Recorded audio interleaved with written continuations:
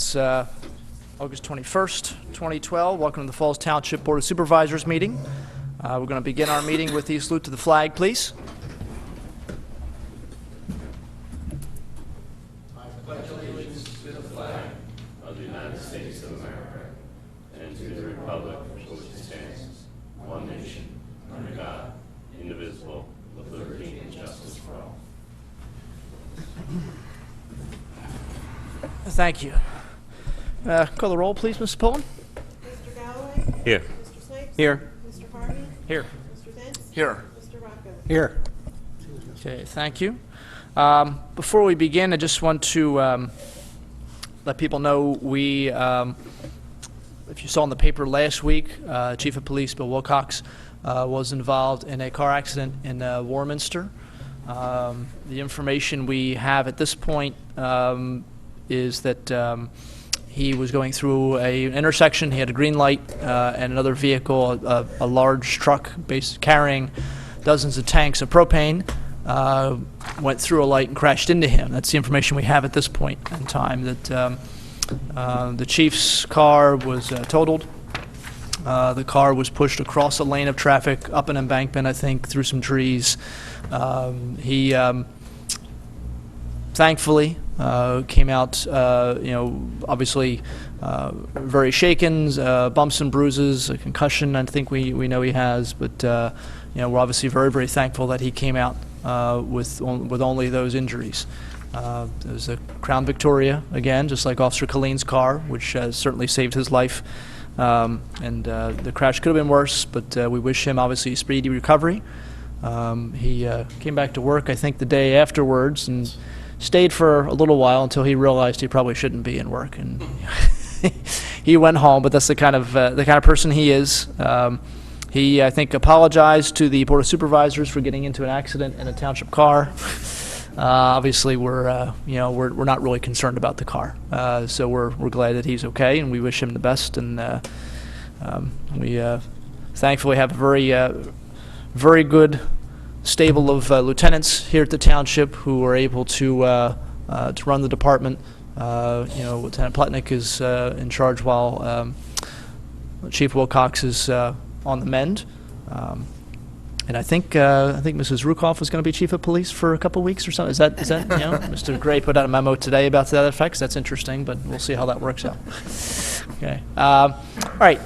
We're the first order of business here is public comment. 5 minutes per person for a 5-minute maximum.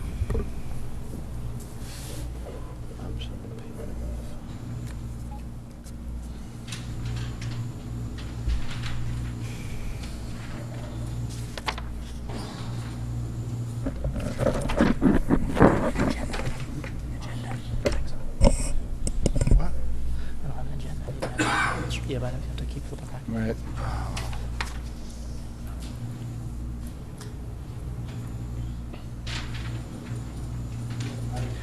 Okay, thank you. First name on the list is Roland Kenny. Thanks.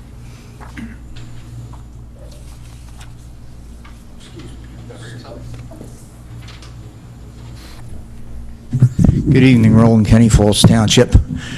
I want to go back. Around 5 months ago, I asked something to be done with Pennsylvania Avenue alongside of us, and the chief put up the display of showing how fast the cars are going. That was good, as long as it was up. Once it came down, they went back there 60 miles an hour. I was approached around a month ago by one of the residents over there, asked me to see what else could be done. And the only thing I could think of is speed bumps, but I was told that we don't want that because it tear the bottom of the trucks off, or rescue vehicles. So I don't know, maybe we could put that thing back because school's starting in, I guess, a couple of weeks. Put that back up there, see if we could slow them down again. Well, obviously we have Lieutenant Plotnick here from the police department. I know we try and do a progressive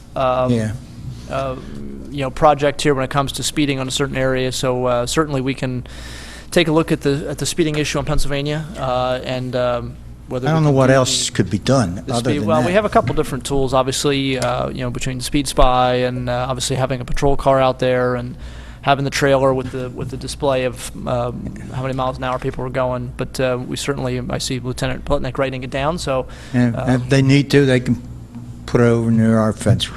We're not going to worry about it. okay. Next, one of my neighbors is asking me to ask you people, when are they getting Vios in Admiral? As far as I heard, there's two offices supposed fighting over who's going to take it or what. I guess nobody wants it. Well, we don't control how That's what I fast, said. Yeah, Verizon comes in. It's up to the market.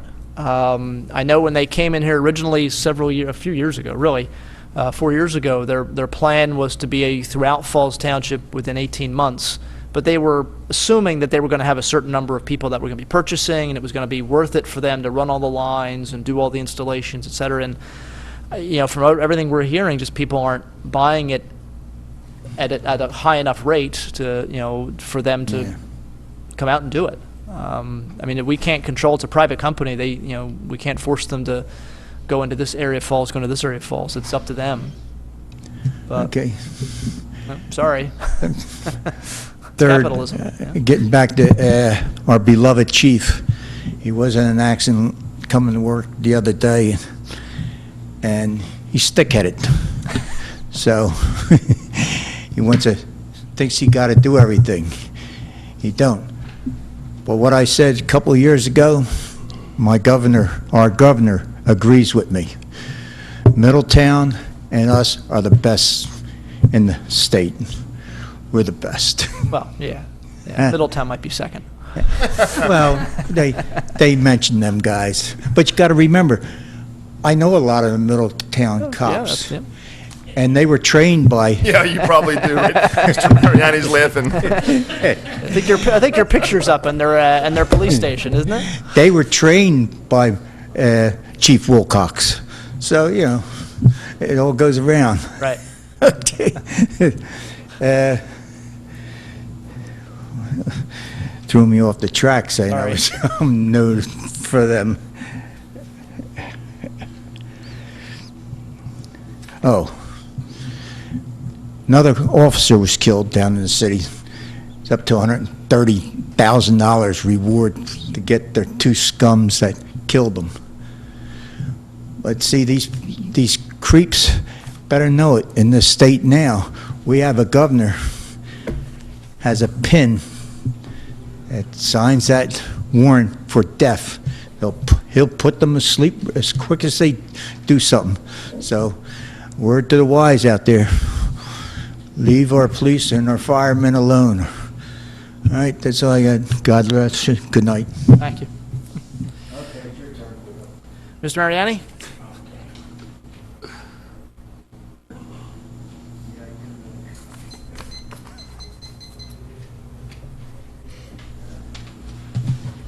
Good evening.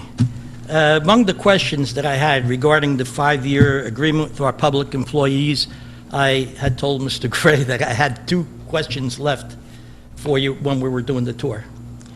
And the employees now are paying 5% toward their health care costs, which is a step in the right direction. It's not industry standards, which is what we eventually would like it to be. What is the cost of that benefit? The health benefit. I know it was $31,868.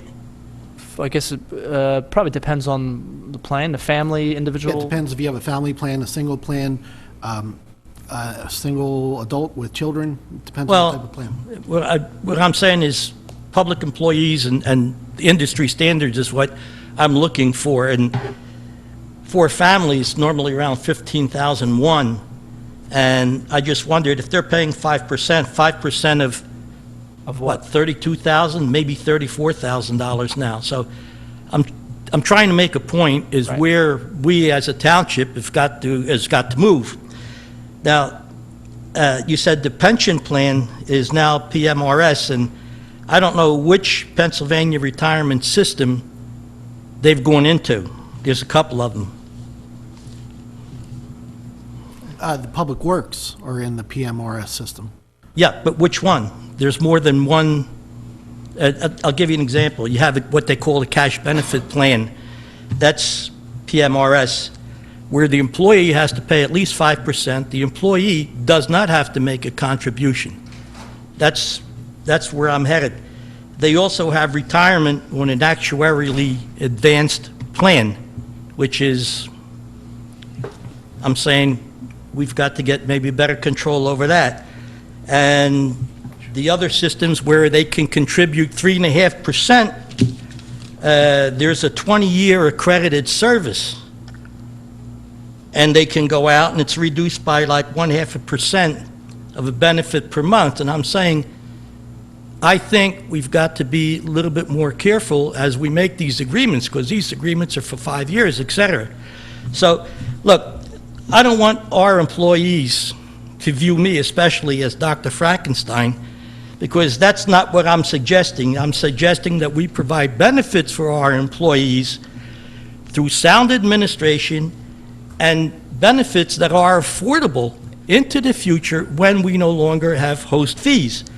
Moody's just reported $2 trillion in unfunded public employee benefits.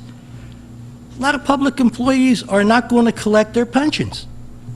We don't want that to happen here. What we want to avoid actually what happened in Stockton, California, along with 27 other municipalities that have filed for bankruptcy. And we have an attorney here, and as I understand, Chapter 9 bankruptcy, municipalities can rewrite, they can renegotiate unsustainable pensions and benefits, so on and so forth.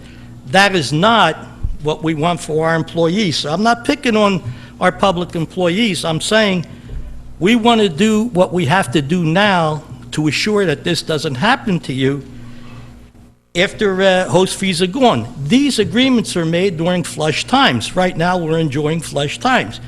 But costs do catch up to you. So what I'm asking the board to do is, listen to me. In each one of your houses, there's going to be an old man someday. And I'm going to tell you, you will have to live with the consequences of what you have this township agree to and what you commit this township to. So, all I'm asking this board to do, please, let's get closer to industry standards. Can't do it overnight, I understand that. But we're working in 5-year segments, and we have other agreements coming up. And for the benefit of our employees, that's what I'd like to see them do. Finally, please consider expanding your tax base. That is not something you're going to be able to do in a year or two. I feel if we didn't have host fees right now, our real estate tax would probably have to be somewhere around $1,400. So that's where I figured we would be. We don't want that here. We can't afford to do that here. And I want our employees to have everything they're entitled to have, and you want that too. Mm-hmm. So please consider expanding your tax base. That's really important. Okay, thank you. Andrew Dell?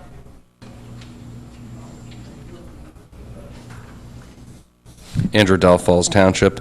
I got to see Bill Wilcox, I believe, 2 days after his accident, pulled up next to me on Tyburn Road, and I got to talk to him for about 30 seconds, and he looked good for what he went through. He looked sore. He had some stitches on him, but he looked pretty good for being run down by a propane truck. But going back to last meeting, as I spoke about the sod job that you guys are going to be awarding for the soccer fields, that we may need an extra police car. I didn't expect it to be so soon, but you may want to reconsider the extra $30,000 for the sod, because now we're down another police car. Now, I'm sure the insurance, if the propane truck guy has insurance, is going to cover it, but again, we need more patrol cars, and the new ones, the stuff can't retrofit to, so Mark Bertone might have to go out and find another Crown Victoria, and just some food for thought. We don't, I hate to keep harping on that soccer field, but we don't need it sodded for an extra $30,000 or $35,000. I forget what the embedded costs were once you took out the grass seed, but it's substantial. And when you turn on the news, you see all these towns going at bankruptcy. You know, every town's going under. And without waste management here, the way we spend money, we'd probably be in the same shape that every other one of those towns would be in. So thankfully we have them here, but they're not going to be here forever. And we got to start spending the money like it was your own money and not the township's money. And if you were doing the job at your house, obviously you're not going to spend $30,000 in sod, but equivalently, you would probably just have it seeded, because in the long run, it's just grass, and it's going to get beat up, it's going to get redone, reseeded probably every 2 years or every year. So just something to consider, and you know, save the money. And again, with the patrol car, you know, $30,000 is about $5,000 more what the patrol cars we're getting, I think, are going for. And you know, I didn't know, once we're past the Crown Vic stage, are they going to the Caprices, or? It's going to be that's going to be a decision that the police department makes. Quite frankly, it's up to them, and discussions with our mechanics here in terms of vehicles that they think will meet the criteria that we have. When does that transition occur? Like, is it within 6 months or a year, or is it? I mean, really, I think they're done making the Crown Vics now. Okay. It's just that So whatever's out there's out there? Basically. Okay. So.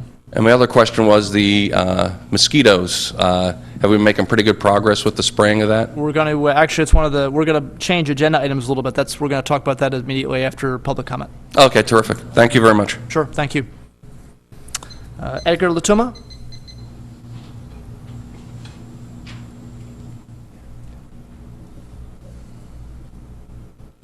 Good evening. Good evening. Edgar Lituma from Falls Township. I respect what Mrs. Dell say just now about the sod and the soccer fields. I don't know if you was in the soccer fields. It's 400 or 500 kids. They play winter, spring, and fall. We're just going to start another season now, September 8th. It's not like 2 or 3 people is going to feast with that. It's a lot of kids. You see it over there, since 5 years old until 18 years old. A lot of kids every Saturday. Now it's in the fall they play Saturday, in the spring they play Sunday. It's not like a little kids is going to benefit. It's a lot of people from Falls Township. We paying taxes here, and spending $30,000 in a sod is going to do very good for the kids. I'm a soccer coach, I'm a soccer referee, and we need that. There's a lot of kids playing there. It's not for just little people. Another thing I want to find out, I was thinking in a meeting April, I think it was March, about the little bridge in South Olds Boulevard.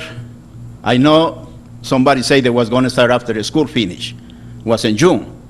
Nothing has been done. Yeah, I don't know what's going on. You know, it's a little, okay, it's no big deal. But if they say it was going to start in June after the school finish, nothing has been done. Yeah. So I want to find out what is going on. I live close by. Right.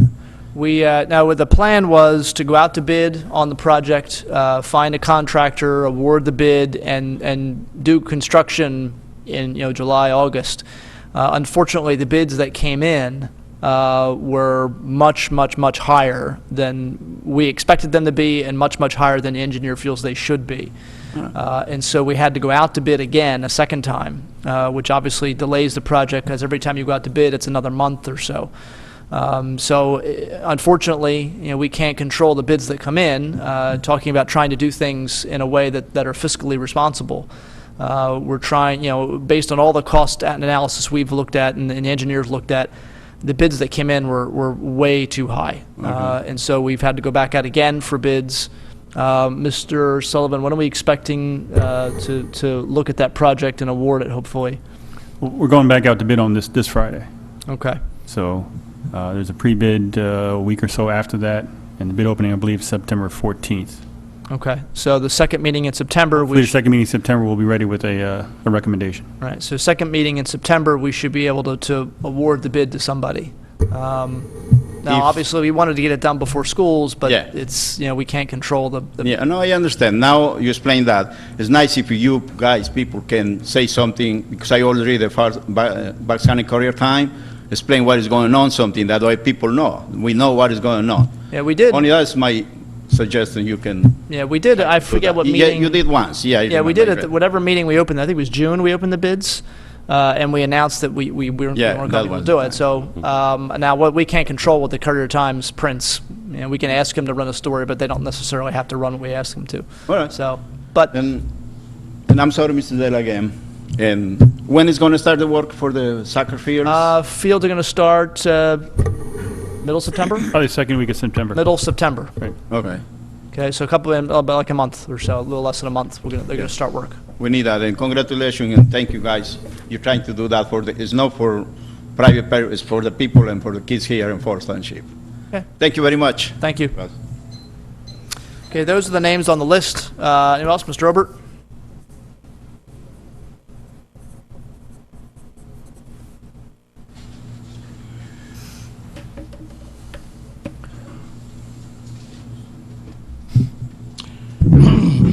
Good evening, ladies and gentlemen. Carlos Sobert. I have a couple of things I'd like to talk to you about. And one is this one piece of paper here that is the agenda for the township. The only thing is, when it comes time for the people in the audience to look at any of this stuff, it's not here.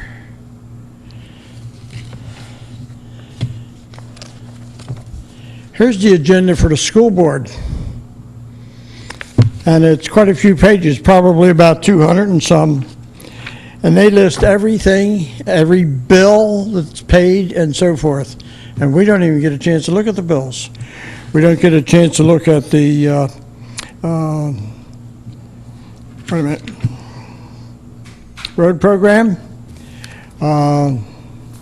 waiver award bid for the Penn's Grand Tennis Court project. We don't see that. No smoking in township playgrounds and pavilions. And I look at this and I say, we're going to have all these nice little rules and regulations, and I don't know of anybody that's ever been cited for smoking on a playground. Anybody here? Anybody ever issue a ticket? Why don't we take the whole rules and regulation book and throw it out the window? Well, the only thing that made any money on this is the legal staff, because you five guys said, let's put them out. Let's make it happen.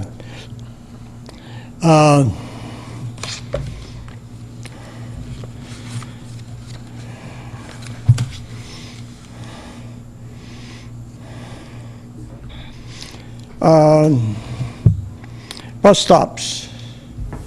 There's quite a few bus stops in Pennsbury School District. And 3 years ago, I sat on a committee and we recommended that we combine some of the bus stops. Maybe 3 or 4 together and save time, save energy, save gas, save all kind of stuff.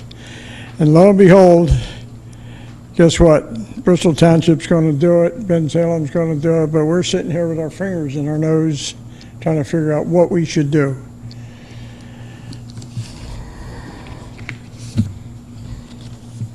Bear with me, gentlemen. We spent some money for deciding what to do with this beautiful Taj Mahal. Can you tell me the figure that we have spent so far, Mr. Manager? What we, is it 20, About 25,000. 24,000? $24,000? Right. And how much is the project going to be, sir? Don't know. We don't know yet. We spent $24,000 and we don't know how much it's going to cost us? No, because we haven't finalized the plan yet. Why don't we tear this building down, That's the plan. So, start brand new? so far, that's the plan. That's the plan? So far, Now the question is, where are you going to put the new building? across On the that access piece of road. property? You know, I was told that 5 years ago. I won't tell you who told me that and so forth. But I'm not so sure that's a good spot. I don't know that for sure. I have people come from out of town and say, hey, I hear you're getting a new police building. I said, new police building? I said, not as far as I know. Or it might be part of the new building, but so forth.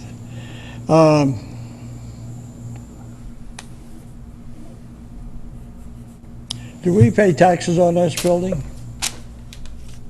No, we don't pay property taxes. We in don't pay Bill. property tax?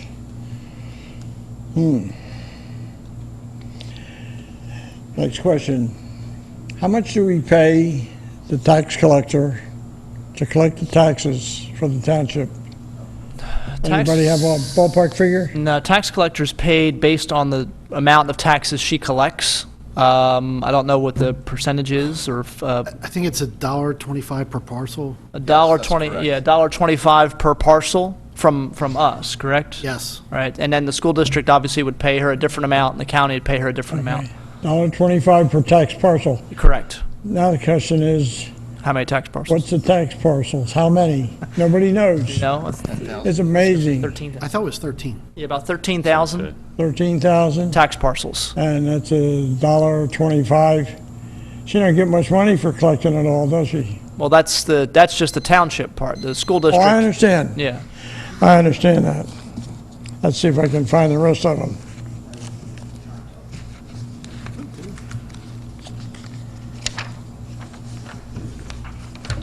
Hold on, please, gentlemen. The boat ramp. What's the scoop on the boat ramp? Is that completed? I haven't been down there because the time I can get down there, the boat ramp's supposed to be closed, I understand. We close at 5 o'clock, 6 o'clock? No, the boat ramp is open 24 hours. Who polices it when Park security and our police department we have park security?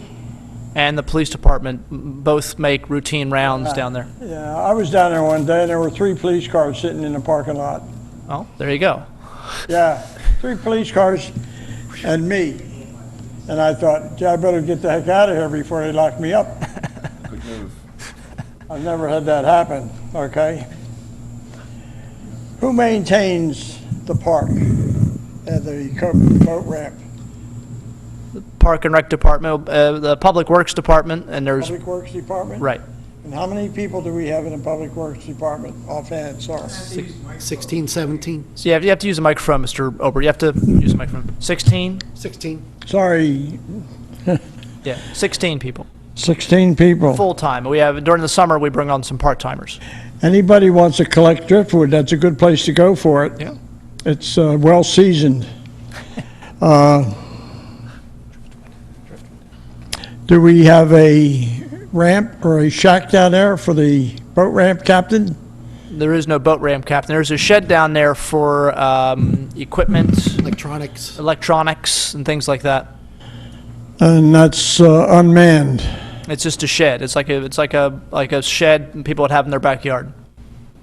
I think I'll go down there tomorrow and take a look. I want to see that shed. Sure, go ahead. Thank you.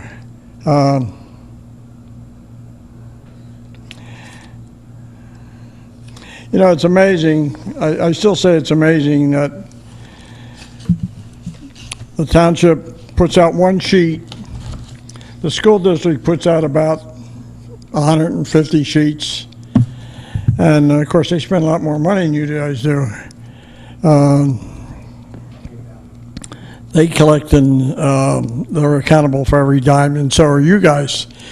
The only thing is, us poor jerks out here can't see it. Oh, well, you can come down during the day, Mr. Herbert, and take a look at it. Oh, I don't want to come down, I want to come to the meeting and get it. I think all of these documents should be sitting on a table over there waiting for people that want to come and during the meeting, look at and document anything they have to say. Okay. No, I think it's a Okay. valid concern. We've certainly discussed that. Oh, I've heard that one before. Yeah, we'll discuss it, and it won't go any further than diddly squat. Okay, thank you, gentlemen. Thank you. Any other people interested in public comment? See no hands? Okay. All right, we're going to change our agenda a little bit. We were going to look at, under manager comment, Mr. Gray had an item regarding mosquito control that we were going to look at now, and then move on to item 2, which is the software for the police department. As township residents may have seen, there was a case, the newspaper reported there was a case of West Nile virus confirmed in an individual in Falls Township. Looking at the Center for Disease Control website last week, when the article came out, appears that there were 4 cases in all of Pennsylvania, West Nile virus. Unfortunately, one of them is in Falls. The county did spray a section of Falls Township last night. And over the past month, Mr. Gray has been working with a company known as Clark Mosquito Company to coordinate their efforts to do what we can to try and limit the population. We're never going to, of course, get rid of them completely, but limit the population and the impact that mosquitoes have. So I'll let Mr. Gray talk a little bit about this, and we have a representative from Clark Mosquito here tonight as well. Mr. Gray? Yes, thank you. Last week, the township called Clark Mosquito Company and asked them to begin their work concerning the mosquito control in Falls Township. They have started their field work addressing the mosquito issue. In addition, they are communicating with the county about the mosquitoes. The cost of their proposal is $7,350. The board is asked to consider ratifying the agreement with the Clark Mosquito Company.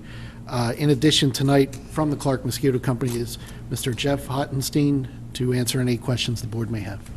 Okay, thank you. Mr. Ottenstein, if you wouldn't mind just coming up to the podium.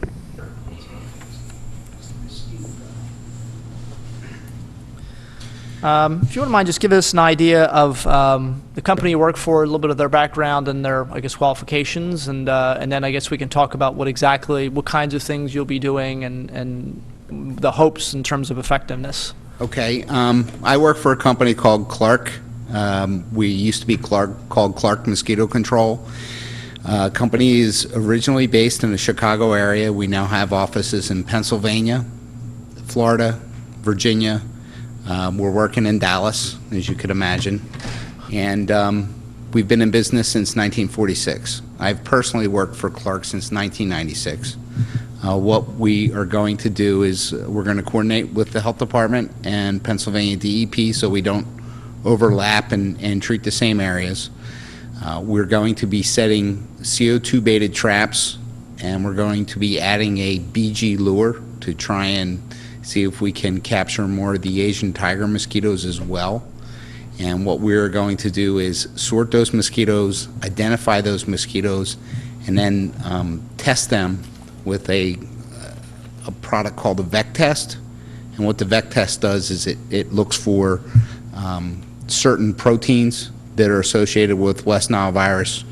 And once we get that, we will send it in for clarification that it is truly a positive West Nile mosquito pool.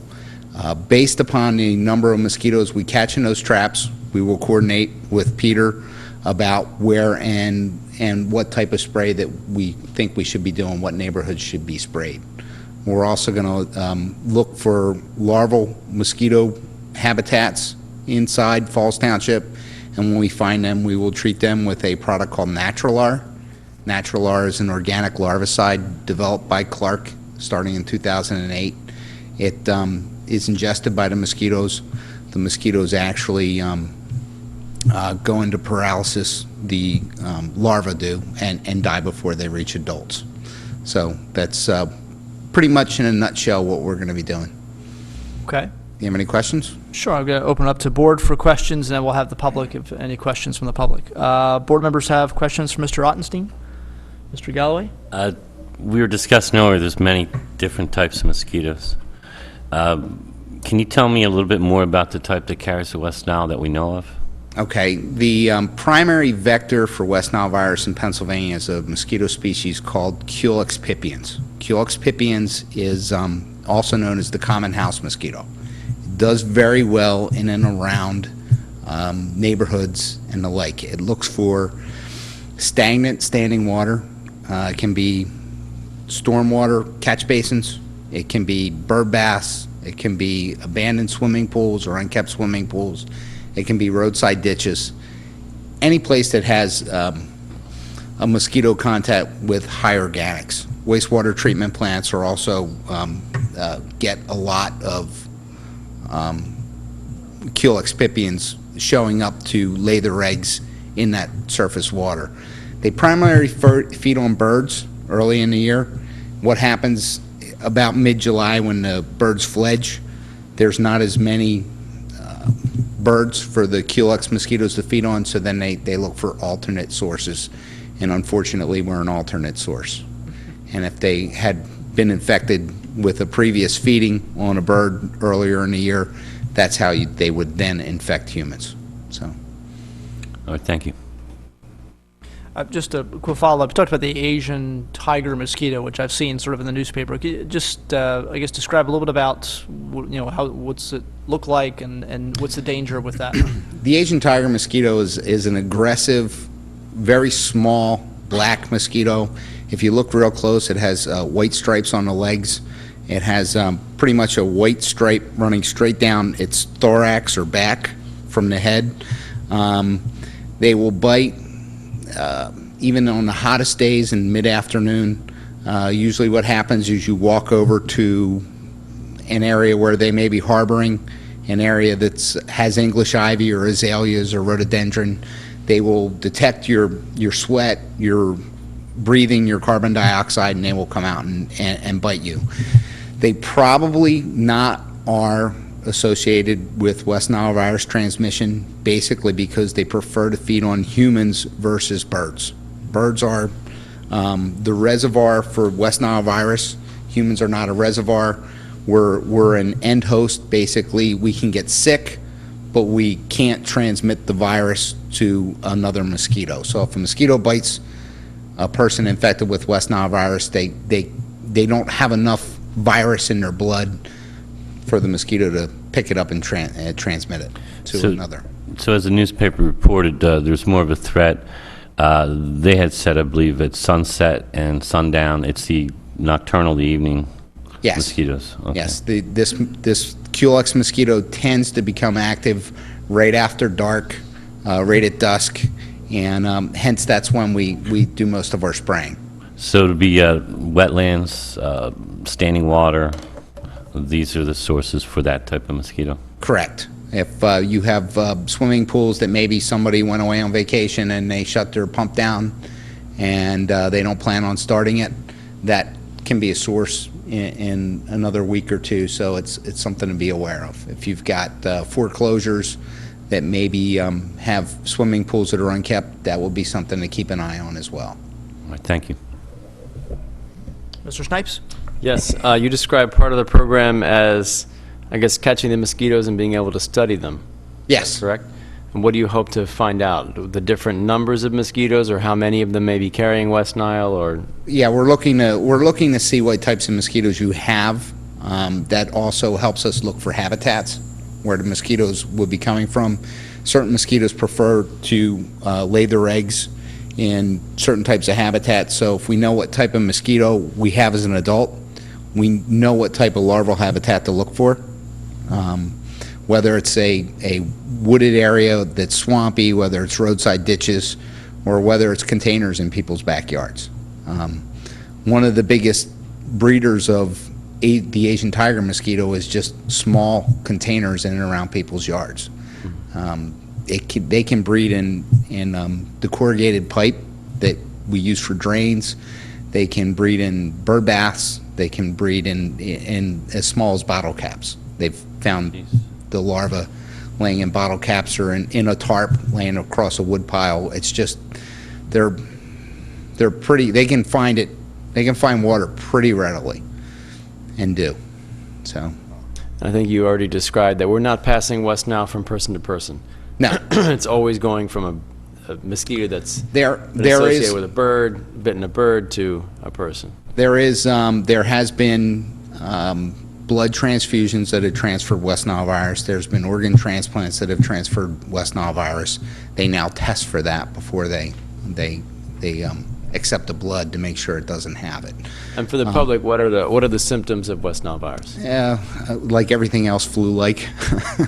Flu-like symptoms: a headache, nausea, sweating. The encephalitic would be an extremely high fever, some paralysis, a little bit of Parkinson's. So it gets worse. It's an encephalitis when it gets to that point. I had the impression that many decades ago, people sprayed for mosquitoes and then got out of it because they were afraid that the spray was more dangerous than the mosquito bite. Are you now saying that what is being sprayed is I think you mentioned an organic larvicide that doesn't kill adult mosquitoes and therefore maybe affect people, but it's just going after the larva? It kills the larva. It would not be there. The adulticide, or the product that would be used to kill the adult mosquitoes, is used widely in public health. It's been used as horse wipes, dog dips, was used at one point as head lice shampoos. It's been around a long time. Most of the products that we have are synthetic pyrethroids. They are developed from natural pyrethrum. Man has added a few chains to make them more stable, make them more effective. That's pretty much the adulticide that we'll be using. The product is Biomist. And what's been sprayed recently in Falls Township is which of these? That's materials? a pyrethroid. Okay. It's aimed at the adult mosquito. For the adult mosquito, yes. By the county. By the county and by DEP. Right. Yes. May I? And why would they be doing that as opposed to the larvicide? Well, they do larvicide too, but you can't find every habitat. It's a manpower. It's a manpower issue. You know, the health department only has a number of people that can get out. DEP only has a number of people to get out. That's pretty much why you're thinking about contracting with us, so we can enhance that and give your residents a little bit more. What would the life cycle of an adult mosquito be? How many days? The longest in a lab was 210 days, and that was an Anopheles. Okay, I'm sorry. What's going to happen? What happens most of the time is when I'll use Culex as an example. A Culex mosquito hatches off. The female mosquito looks for a blood meal. She needs that blood meal for the protein so she can make her eggs viable. She feeds on a bird, picks up West Nile virus, she lays her eggs. If she's lucky enough to survive that event, okay, a lot of them die after they lay the eggs, then she's going to go out, she's going to look for flowering plants, something like that, to get some sugar for energy. Her body's going to tell her it's time for another batch of eggs. We need some more protein. She's going to go out and look. If she can't find a bird, she ends up finding a horse, a human, something else, bites that person. The virus has gone through a system in her system. She injects you, me, whoever with the virus. The virus then takes hold. That's pretty much. But she's got to survive. So one of the ways to reduce any mosquito-borne disease is to keep a population small and young. If you can keep them small and young, you reduce the effectiveness or the ability of the mosquitoes to transmit. It's a numbers game is what it is. Thank you. Okay, thank you. Mr. Dents? You're going to be spraying for the adults and for the larvae at the same time? Do you do that at the same time? We can. If we find the larval habitats, we'll probably be doing that during the day. It's a lot easier to walk around in the woods when you can see. And then what we'll do is we will use the truck and spray in the evening in the areas that have been designated by you folks. Okay. Are there any other treatments you're going to be doing to the streams and stuff like that? We talked about, I know not with you, but we talked last meeting that they put tablets of some type in the water to kill the mosquitoes. If we find mosquitoes, yeah, we will Treat use the water as well. We will treat the water as well. We will treat where we don't find larvae. We're not going to treat. It's a waste of chemical. It's a waste of resources and your money. So that's why we look for mosquitoes. That's why we set the adult traps to make sure that we actually have mosquitoes out there to spray. So you're not looking for a specific number of mosquitoes, you're just looking for mosquitoes? Types of mosquitoes and numbers. I mean, obviously, if we get one or two, we might call up Pete and say, I don't know if we want to spray this neighborhood. But if we find 50 or 60, yeah, we're gonna want to spray that neighborhood. So it's going to be based on what we find, and we'll make recommendations to you. And again, we'll coordinate to make sure that the health department is not going to be spraying that area as well, because we don't want to duplicate their efforts. Okay, that's all I had for now. Mr. Rocco? What's the time frame? If we approve this tonight, can you explain the next steps and how long it takes? We would probably set traps. We'd coordinate with Pete to set the traps. They do make a whirling sound sometimes, and we get complaints that people are putting weird things in the woods. And then, you know, we'll let you know where they're going to be. The locations will be picked out between Pete and Lauren, who is our operations supervisor. And we'll see what the results are and basically make a decision on where and when to spray based upon what we find. You definitely have some areas right now where there's a lot of daytime biting, so you do have the Asian tiger mosquito that's already, you know, causing issues in the neighborhoods. I know, I think it was you, Jeff, who said that you were getting eaten while you were mowing your lawn. I think that was Mr. Harvey. That was me. Oh, okay. Yeah, that was me. Robert. I was going to say, Mr. Rocco doesn't mow his lawn. Okay. And how long is it effective? So after we treat, let's say we treat this area, is there any, do you give us like a time frame? You know, they'll probably likely be clear for, or more clear for 2 weeks? It would depend on rainfall. It would depend on larviciding. The product that we'll be using is a product called G30. And the natural G30 gives 30 days of wet control. So if we were to treat an area and it dries out and then refloods a month later, you would still have control for the larva. For the adults, the product that we use is designed pretty much to go away after it's sprayed. So what would happen is we would kill the adult mosquitoes that were actively foraging at that time. If you get another hatch off and they blow in from, you know, the county land or New Jersey, what will happen is that those mosquitoes would then need to be treated as well. We will kill what's present, but what's going to happen is you're going to get reemergence or reinfestation from areas outside your control. Okay, thank you. That's all I had. Okay, thank you. And I think we talked about the fact that with the Asian tiger, you had mentioned it's a smaller mosquito. It has a smaller range, basically. So if you have them in your yard, and I said I had some in my yard, they're from that immediate area. They're not flying in from, you know, a quarter mile away. Yeah, they have a very small flight range. Most of them, I've got a friend in North Carolina who pretty much says if you're getting bit by them, you're breeding them. They're in your yard or in your general vicinity. Okay. The Asian tiger mosquito is very domesticated and does very, very well in and around humans. And they don't fly very far. You know, a couple hundred yards at the most. Okay. So Can I? Okay. So Yeah, when you sure. say, I'm sorry. No, it's fine. When you say you're breeding them, are you referring to there's a stagnant water somewhere? There's a standing water source, whether it's your gutters, whether, again, it's a tarp over your rain barrel. If you have flowering plants and you have the clay pot that catches the water when you water, a lot of times there's mosquito larvae in that clay pot. We recommend that you dump it out on a weekly basis. You know, police your yard.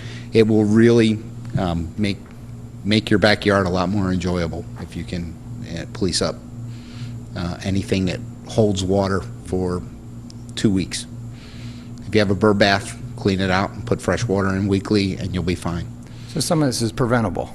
Yes, a lot of it's preventable. A lot of it is with the Asian tiger mosquito is definitely,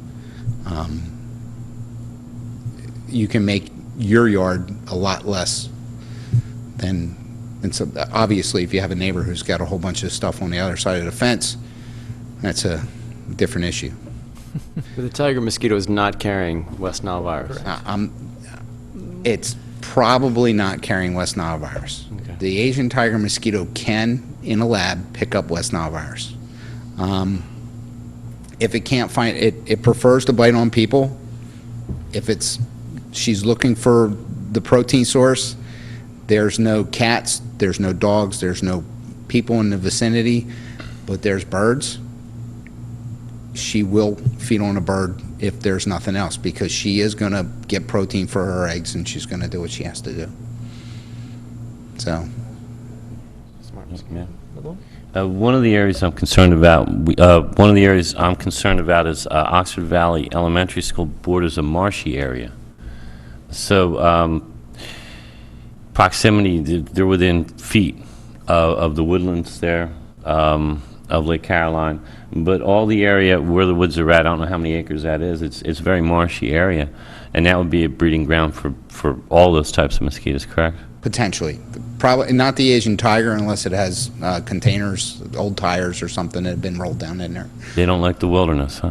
I don't know. They like tree holes. You have a limb come off a tree, they will get inside a tree hole and they will lay their eggs on the wall of that tree hole. And when that tree hole fills up, they will use that as a container. That's where they originally came from.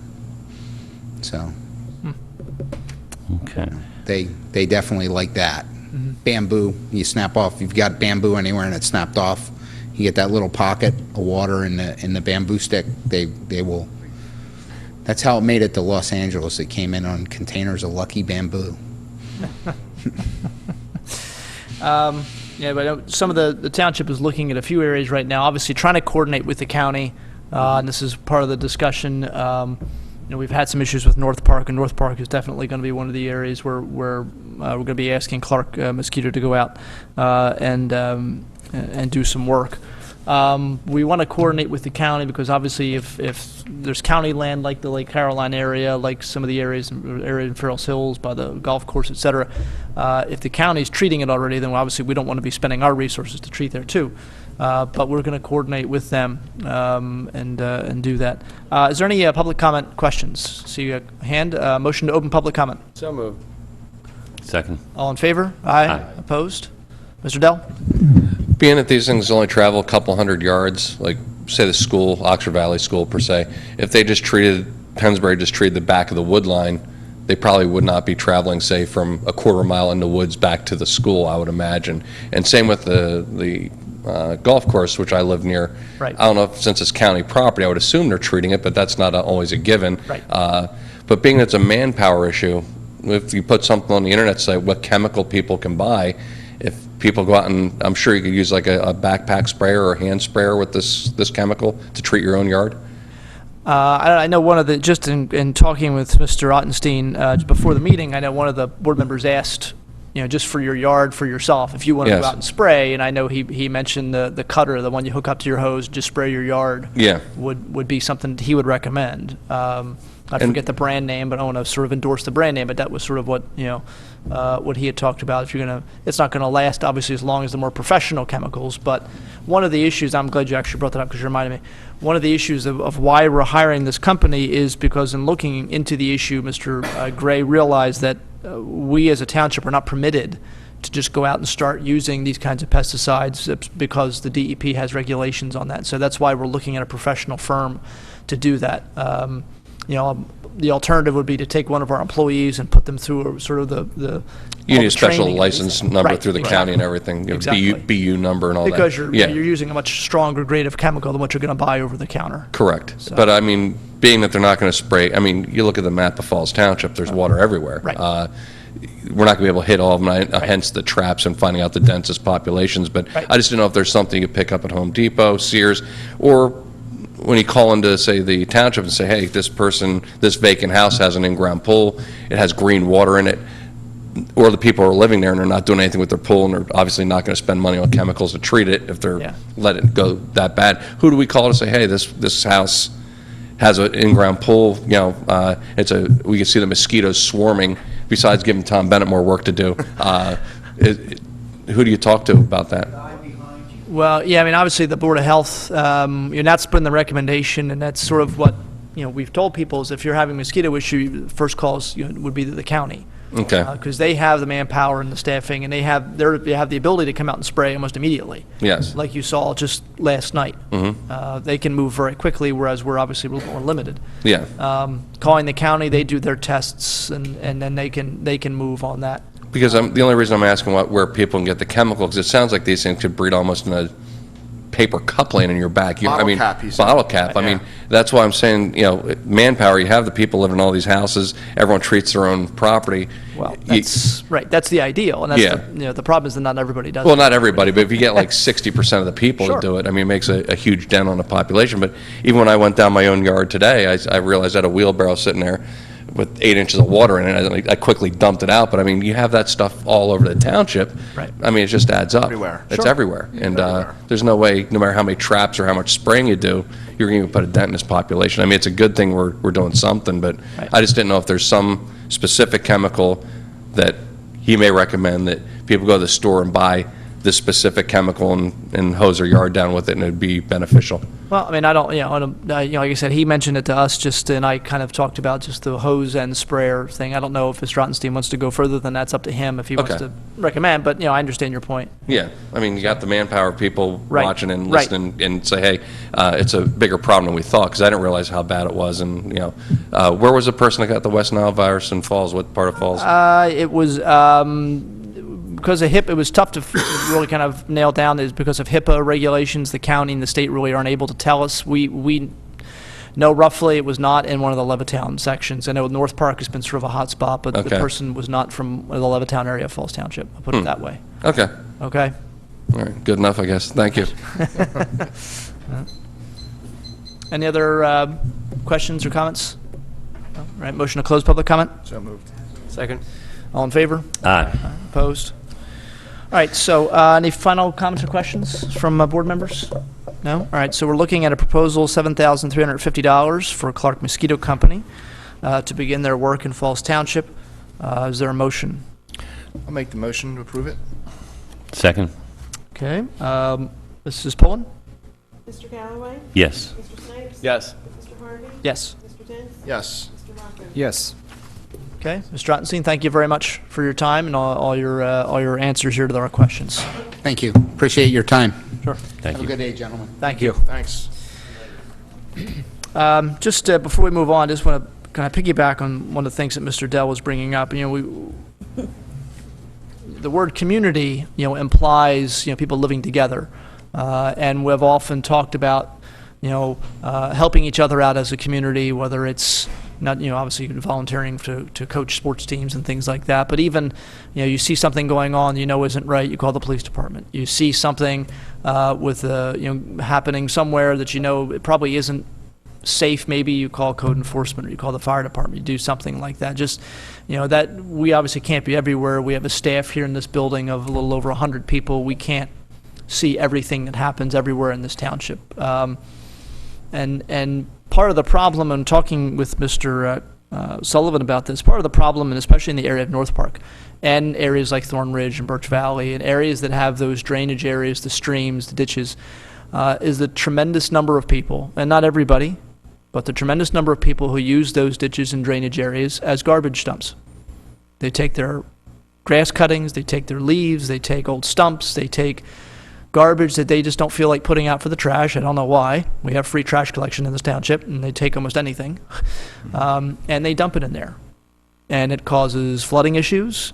It causes breeding grounds for mosquitoes. It obviously lowers the property values of people that live in the area because now you've got garbage being dumped. Mr. Dents talked about a story, just Mr. Snipes, Mr. Dents and I, a year or so ago, were out on New Falls Road looking at some issues. We talked before about the idea of some sidewalks and things like that, and we're looking at where the water tower was, and across the street, the Thorn Ridge area, as we're talking in the middle of the day, someone was dumping, just lawn garbage over their fence onto the little area right alongside New Falls Road. Just, a trash can full, just saw it coming over the edge of the fence, and we just It's unbelievable. yeah, so it just, but that kind of thing obviously causes the problem. And I've been talking to some board members about ways to sort of enforce that a little bit more stringently. Obviously, it's illegal to do that, but we'll try and find ways. I think that, maybe we start, the hard part, of course, is catching people doing it. But if you're having problems with mosquitoes and you're living in areas like that, one of the primary sources, like you heard Mr. Ottenstein said, is we're doing a lot of it ourselves. Some of it's inadvertent.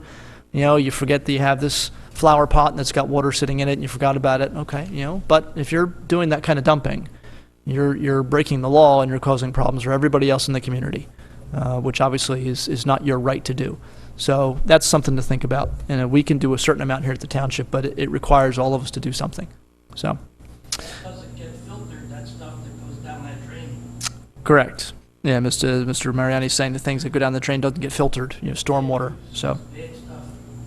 All right, item number 2 on our agenda is to take a look at the Leeds software for the police department. Mr. Gray, can you explain this, please? Yes, the recently passed pawn shop ordinance requires pawn shops to log items and report them to the police department. In order for them to do this, the department is requesting to purchase a yearly subscription to the Leeds online program, Power Plus, for the amount of $4,378. The board is asked to consider the purchase of the subscription. Here tonight to discuss this item further is Lieutenant Todd Pletnick.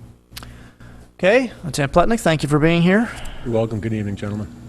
Just give us, we talked, I guess at our last meeting, we passed an ordinance that was trying to have a little bit more control over pawn shops, we buy gold places, because obviously someone robs a house, they've got a little jewelry, they're going to take it to a pawn shop or any kind, they're going to take it to one of those, cash for gold places. And the ordinance we passed, similar to others in the area, would require those pawn shops to be a lot more vigilant, take a lot more information, which would assist you and the police department with finding people. How does this software fit in? That is correct. The software fits in. It's actually the final cog in the wheel for the whole pawn shop ordinance.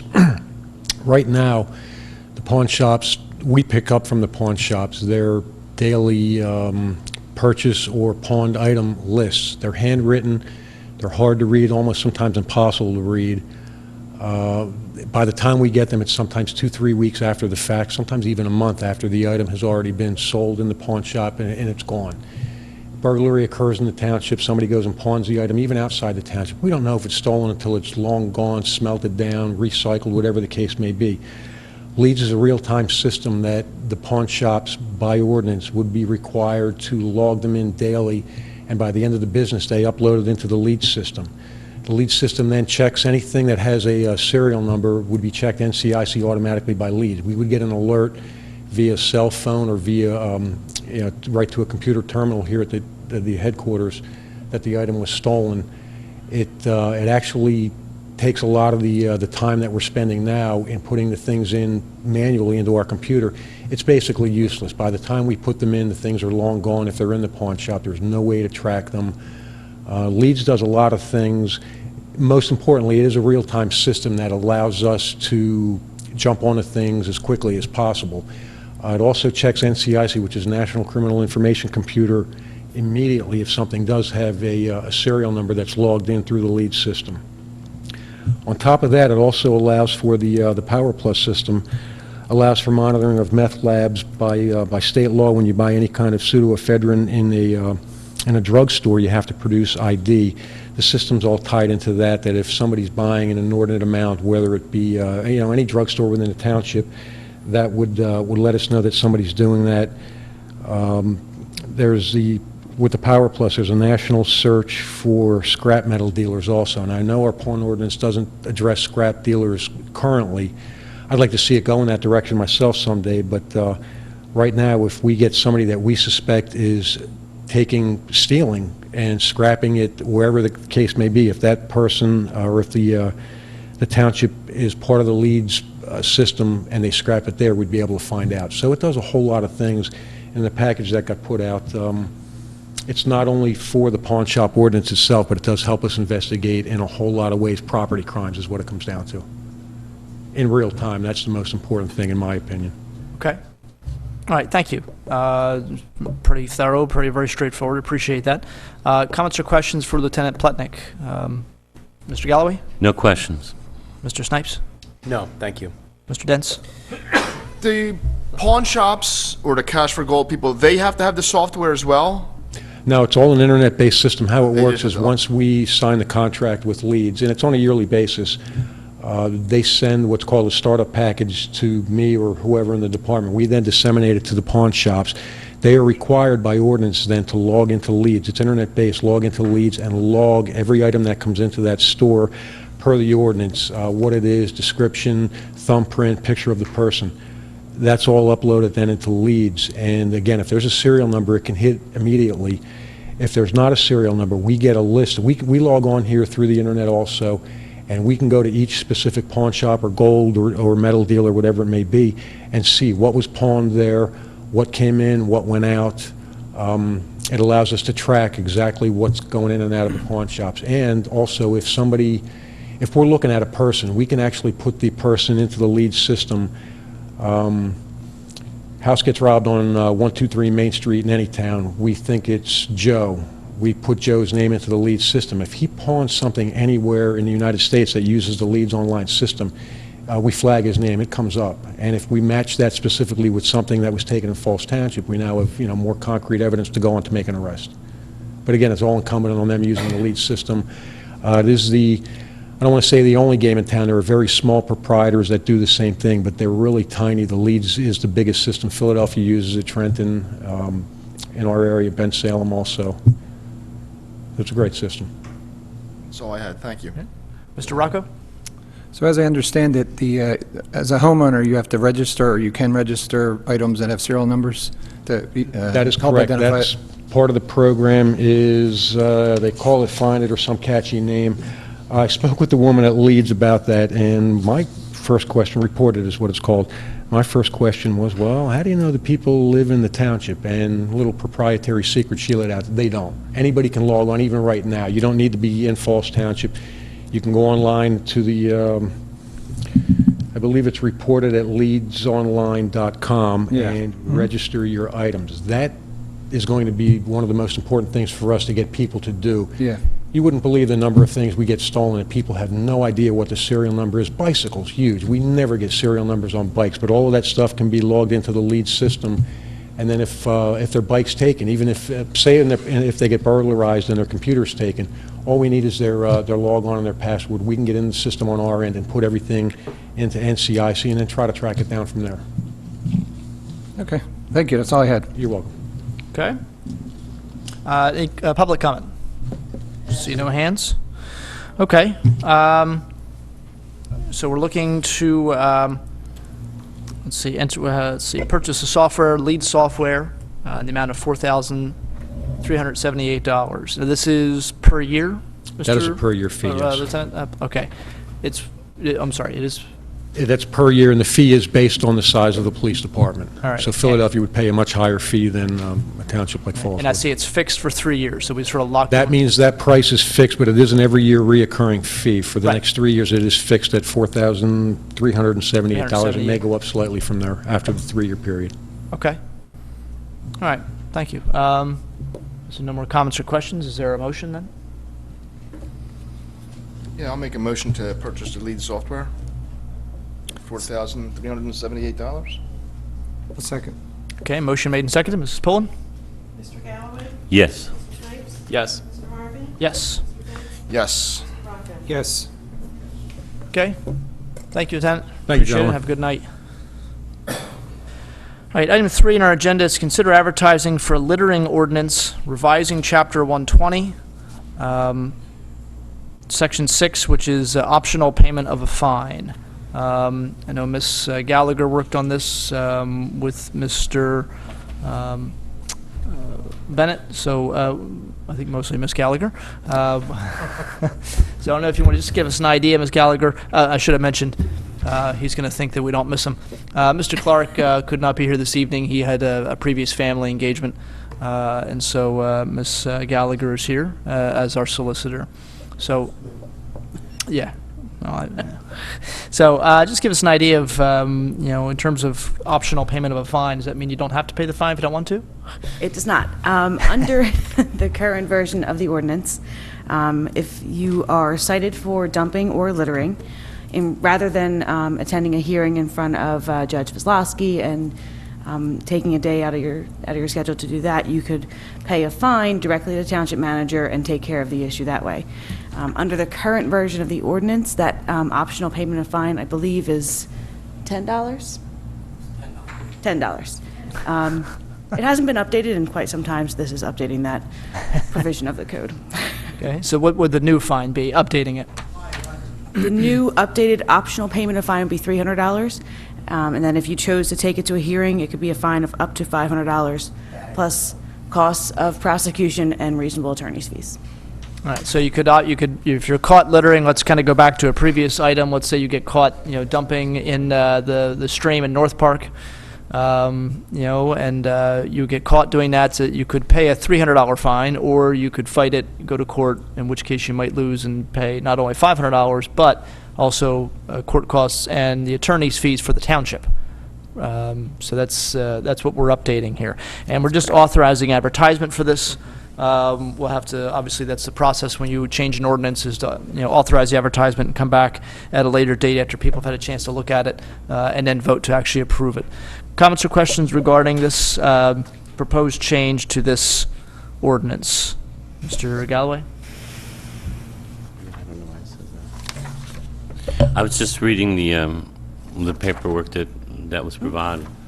On item 120-6, I'm just probably reading it incorrectly. In person, yada yada. You may plead guilty to the township manager or his deputy to the violation by signing such notice and paying a fine of $50. Cost? I'm sorry, that was a typographical error on my part. We updated it this afternoon to be $300. Thank you very much. My apologies. That's all right. No more questions. Yeah, here's the other one. It's 2 copies. Okay. Here's the one that says 300. Oh, yeah, there was one sitting on the desk when we came in. That's right. Okay. Mr. Snipes? No questions. Mr. Dents? Under 120-7, it uses the term reasonable attorney fees. I'm not sure those two words go together. My fees are always reasonable. That's all I have. I have nothing. Thank you. Mr. Rocco? I have nothing. Okay. Comments or questions from the public? One hand. This is authorizing advertising, you understand? Okay. Motion to open public comment? So moved. So moved. Second. Second. All in favor? Aye. Opposed? Repeat offenders, is there any way to track people? Because generally the people are historically dump all the time. Sure. And sometimes it's cheaper to take your risk and dump a stake body load of shingles, because it'll cost you that much to dump it at Waste Management.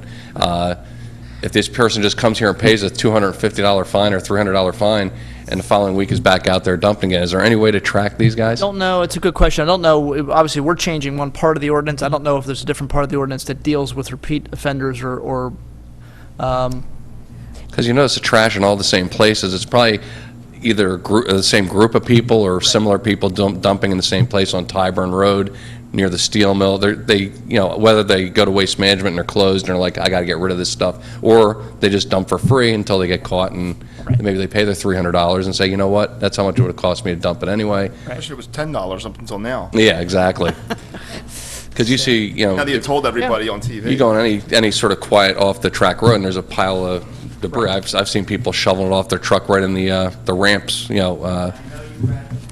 I almost caught them, but but the thing is, I just didn't know if these people are just going to keep repeating the dumping, and is there any I way to don't know track if there's a clause in somewhere else in the ordinance regarding repeat offenders. Do you know, Ms. Gallagher, off the top of your head? Possible it's in somewhere else within the ordinance, but again, we're just authorizing advertising tonight, so it is something that we can consider before. So we can comes certainly back look to at the it board. just to see. It's a good point. Okay, And it thank you. does, the ordinance as drafted does, and as it exists now, says that each separate dumping incident is a separate offense subject to the fines within the ordinance. Does it quantify tonnage, or like a paper bag or a ton of stuff? Is it the same fine for the quantity? Same fine, I believe. It's, if you go to the hearing in front of the district justice, it's up to a certain dollar figure, so Okay. she has some discretion there. Okay, thank you.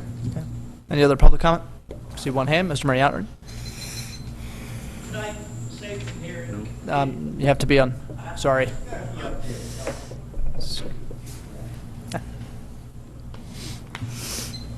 Could that thing read that he has to pay the cost of the fine plus the cost of the cleanup, whatever it happens to be?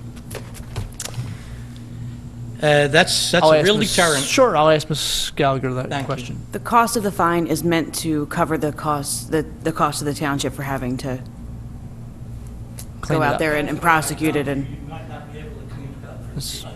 You're right. and that's obviously, yes, that's absolutely the case. That's- We were actually thinking littering. Someone dumps some caustic stuff, you're not going to clean it up for Right. $300. Right. Now, you got a problem there. All good points. This is what started as a littering ordinance. I don't think we were considering actual dumping, but they're all good points. Yeah.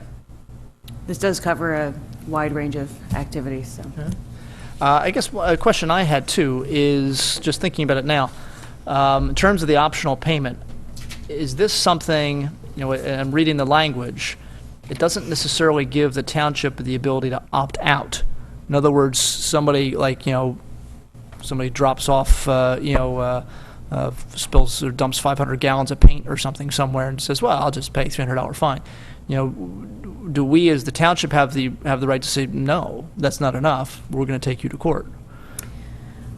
Well, a situation like that, if there's a dumping of thousands of gallons of paint, I think that's going to be covered by many other provisions of the ordinance, as well as state statutes and criminal statutes and that kind of thing. All right. This is really more meant to deal with things that aren't necessarily covered by the state criminal codes. Somebody throws an empty pack of cigarettes out their window, right? You can hit them with a fine. Okay. All right. So a truckload of landscaping debris or something like that, it's a criminal offense. There's going to be other provisions of the code, other provisions of the criminal code that are likely going to hit a lot of those situations. Okay. All right. All right, thank you. Okay, any other public comment needed? Is there a motion to close public comment? So moved. Seconded. All in favor? Aye. Opposed? Okay, is there a motion to authorize the advertisement for this? And obviously, we'll take a look at some of the issues that have been brought up, and maybe we'll do some changes to this. But is there a motion to authorize advertisement anyway? I'll make the motion. Second. All in favor? Aye. Aye. Opposed? Okay. All right, next item on the agenda, item 4, authorizing advertisement for the sign ordinance, revisions to the sign ordinance. Again, I'll turn to Ms. Gallagher, and Mr. Bennett can obviously jump in. He's involved in this as well.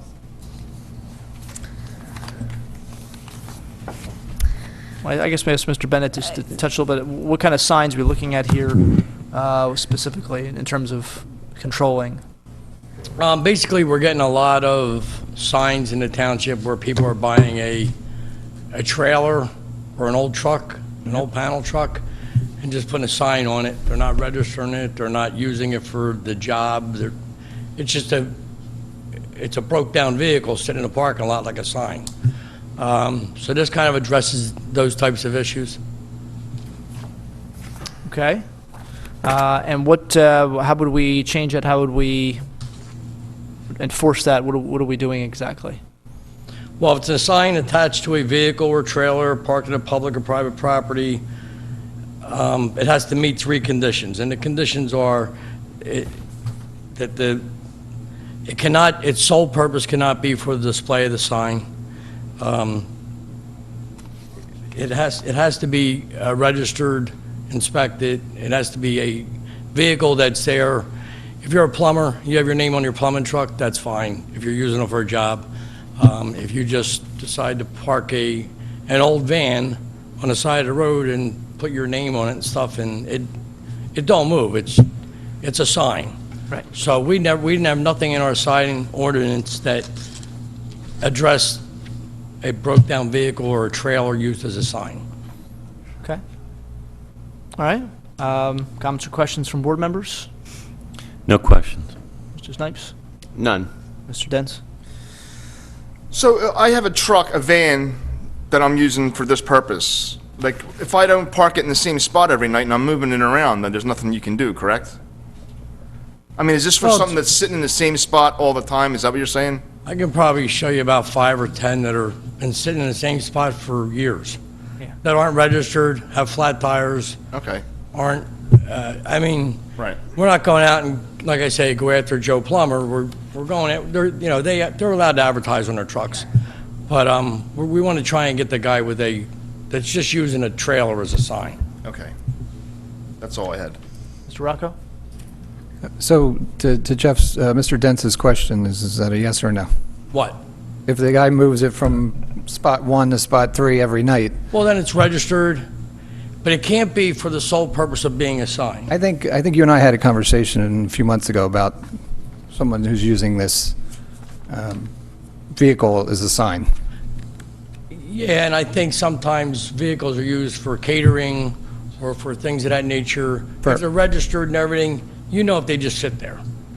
Okay. If they just sit continually, like I say, there's no inspection sticker on the window anymore because it curled up and fell off.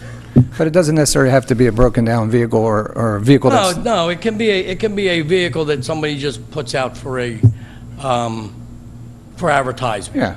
It's, you know, the primary purpose of such vehicle or trailer is not the display of signs. Right. It seems to be, I did a lot of homework on writing it, so it kind of covers as much as I could get covered. Because you're walking a fine line with a sign on a truck.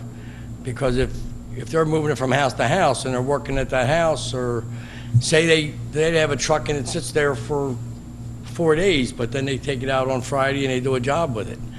Well, I guess that's not really a sign, that's their truck, so. Yeah, on a commercial lot that sits Okay. there or just moves, hops around a few spots on the, And that's gonna happen, I can't fix everything. Sure. okay. So, yeah, thanks. Yeah, I mean, it is a tough thing. I remember seeing this, and it just is something. Some of the past couple of years, I guess you've seen it happening more and more and more and more. Restaurants, I think, are pretty big offenders to this, kind of thing. Is different kind of restaurants around the township that just paint their logo or something on the side of an old panel truck, and they put it out, and they leave it there, and like you said, it just stays there. But I'm glad you came up with this, because it is. I think I talked with you a while ago, or talked to Mr. Clark, a couple of years ago, about what do you do about this? How do you actually kind of go about, because you know what they're doing, and it's obviously doesn't look good, and it just is. And some of them they don't even maintain them, they don't wash them, they don't have air in the tires. Right. So they just look terrible. Right. And that's Breeding mosquitoes there, too. breeding mosquitoes, yeah, flat tire. Could be, yeah, they could be. So, okay. Ms. Gallagher, anything you want to add in terms of Mr. Bennett's presentation with this? Again, just authorizing advertisement. We are just authorizing advertisement. This is actually going to fall under the zoning code.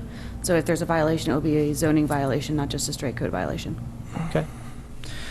All right, any public comment needed? See no hands. Is there a motion to advertise the revision to Chapter 109? So moved. Second. All in favor? Aye. Aye. Opposed? All right.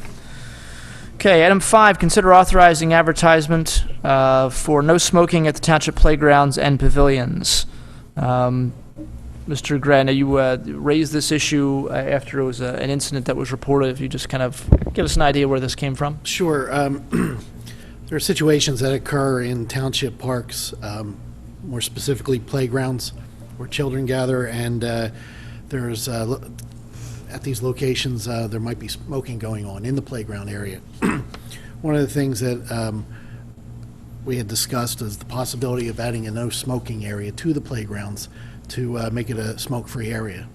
So we came up with a addition to Chapter 172 to include a prohibited area in a playground area within 50 feet of the playground itself to make that a non-smoking area. So this would be something that is posted by the fire marshal's office. He would have the ability to post it wherever he would deem necessary. And at this time, we are requesting authorization to advertise for this item. Okay. All right. And again, obviously, it's if you're in an open area like a park, smoking isn't necessarily as big a problem as a confined area. But if you're around people's children, obviously it becomes a much more sensitive issue, especially if you have children who are allergic to smoke, which obviously is an issue with some kids, or they have asthma or those kinds of things, and you have someone smoking, and this hopefully moves them far enough away while still giving them a little bit of freedom to sort of to smoke if they want to, I guess, if they choose to do that to themselves. Questions regarding this authorization, again, to advertise? Mr. Galloway? No questions. Mr. Snipes? Yes, Mr. Chairman. So as I read this, this would permit someone in the community park to have a cigarette, but not within 50 feet of one of the park pavilions, for instance. Or the playground. Or the playground. So if someone has a pavilion and they throw a party with their friends, it's a no smoking party is what we're saying. Well, the friends can stand 50 feet away. They can stand 50 feet away and enjoy the party. I think with the playgrounds, obviously it makes sense. We don't want people smoking right in the faces of kids. I had a little question about the pavilions, as people may want to have a party, and if I guess if it's a private party, it's a question in my mind about whether we make people go 50 feet away from the pavilions, but I don't know, I'm interested in hearing what other board members think. If I have a party at my house, I don't let people smoke there. But a pavilion is outdoors, obviously. Do people, more than one group, use the pavilion at a time? On occasion, yes. Sometimes it's specifically just for one group. Depends on what the day brings. Right. Seems reasonable to me. Yeah, or sometimes there could be an event there, I guess. Right. Yeah. This doesn't include the skate park or the dog park? Yeah, or- sure it does. That was my question, actually. What are we defining playground? Right. Because, obviously a dog park isn't a playground. A skate Oh, I park assumed it meant isn't everywhere. a They're playground. dogs. So that was kind of my question is, and do we want to extend it to that? Hockey rink, basketball courts. Right. Ball field. Right. What's, maybe we might have to include, I How guess, a about the definition of park? what we're talking about. But I think, it's interesting, just obviously the huge change that's happened just over a relatively short period of time when it comes to smoking. I think you look back, I was looking at my wedding video actually from 16 years ago, and in the reception hall there were people smoking, and I just forgot that you were able to do that at that time. It just hadn't occurred to me. And I think for the most part now you see people smoke. They do tend to walk away from crowds of people, just I think out of habit, I think, or respect or something. So I don't think having people move 50 feet away if they're in the pavilion is really that much of an inconvenience. I don't think it's that much of a problem. But I guess maybe that's something we have to discuss in terms of how broad do we want this. If we're talking about, and we're talking any playground, not even just the Township Park. That was my Right, next we could be, any playground area or pavilion. Obviously we have playgrounds at the Pinewood Pool, we have playgrounds in other, North Park. and Million Hills, and that. yeah. Yeah, so maybe, so that's obviously something I think we have to look at in terms of all our parks, not just the Township Park. And also, I guess, some discussion, what are the thoughts in terms of other kinds of play areas? Do we count the skateboard park? Do we count the dog park? What are the thoughts? I don't know. I worry about how we enforce it. Yeah. We can create these rules, so to say, but how do you enforce it? That's what I was thinking. It says here that a violation of this is subject to a civil penalty of not more than $600. I don't want to see us, going after somebody at a party in the park and slapping them with a $600 fine for smoking a cigarette. So I don't know whether people, what's the thing here? Did they get a warning, or were they reminded of the rules? Or, I think it's more that people know you're not allowed to smoke here. So if you light up a cigarette and I say, yo, there's no smoking here, go somewhere else, there's a legitimate reason that you should leave. Right. You can't just say, well, why? I'm allowed to smoke here. And I think that was the problem. There was an incident at the playground where somebody was smoking. Somebody asked them, can you not smoke around my kid? And they said, no, I can smoke here. And it was a confrontation. That's what started this whole thing. Yeah, and the issue has come up before. I wonder if, I think our park security can't issue violations and Right. tickets. So I think probably what would happen, the natural flow of things, would be that you'd have someone complain, a park security guard would approach the person and say, look, you're not allowed to smoke within 50 feet. If the person resists and refuses to move, then at that point the police get called. So I think It's an extreme case. right, Yeah. reasonable people I think would move. So if they're educated of the, Right. they're likely not going to do it. You Yeah, and tell them if- the first time, I and think if we leave it at playgrounds, I don't have a problem with the pavilion either. I don't think we should be able to smoke in the pavilion. I agree. Because if you have a private party in one of the small ones, that's one thing. But if you're using half of the pavilion and I'm using the other half, and you're smoking, it's not going to make me very happy. Right. Yeah. I think applying it to something like the dog park would be difficult to Right. do. The skateboard park, I think there's ashtrays at the dog park, actually. I think just there's be- ashtrays at the playground, at the kids' playground, yeah. actually. So, I think the skateboard park. I wonder just because obviously there's going to tend to be more younger people there. Yeah, I was going to say, how can you smoke and skate at the same time? Yeah. Well, hey, you'd be surprised. Kids can multitask. So I wonder if we want to add that as a possibility. Just I'm not sure. It is obviously a more fenced-in area, and it's not to mention the fact, obviously, with cigarettes, you don't want people going around skateboards and be throwing cigarette butts on the ground when people Right. skateboard. So Should we add that? Actually, I think they're not allowed to smoke in the skate park now, right? I don't know I offhand. think that's already on the big sign, yeah. No smoking. I mean, it's a couple things we can look at just in terms of adding playgrounds in general throughout the township. It's something that's enclosed, you could simply put a no smoking sign, Yeah. like the dog park. But I think we would still have to, we'd have to actually add it, in order to have a fine, we'd have to add it to our ordinance, correct? That's correct. Yes, we'd have to add it. Any particular areas in the township that you want to be able to enforce it through a fine, you'd have to add it to the ordinance. So for now, we're just going to do no smoking in playgrounds at the township parks, any of the township parks, or the pavilions, right? Yeah. That's how the ordinance is For drafted. now. And I think if we need to add things, we can always certainly, if it becomes a problem, we think, okay, let's go back and change it to add this or add that. Does that sound Absolutely. reasonable? Smokers are becoming the minority anyway, they're going to be the ones complaining.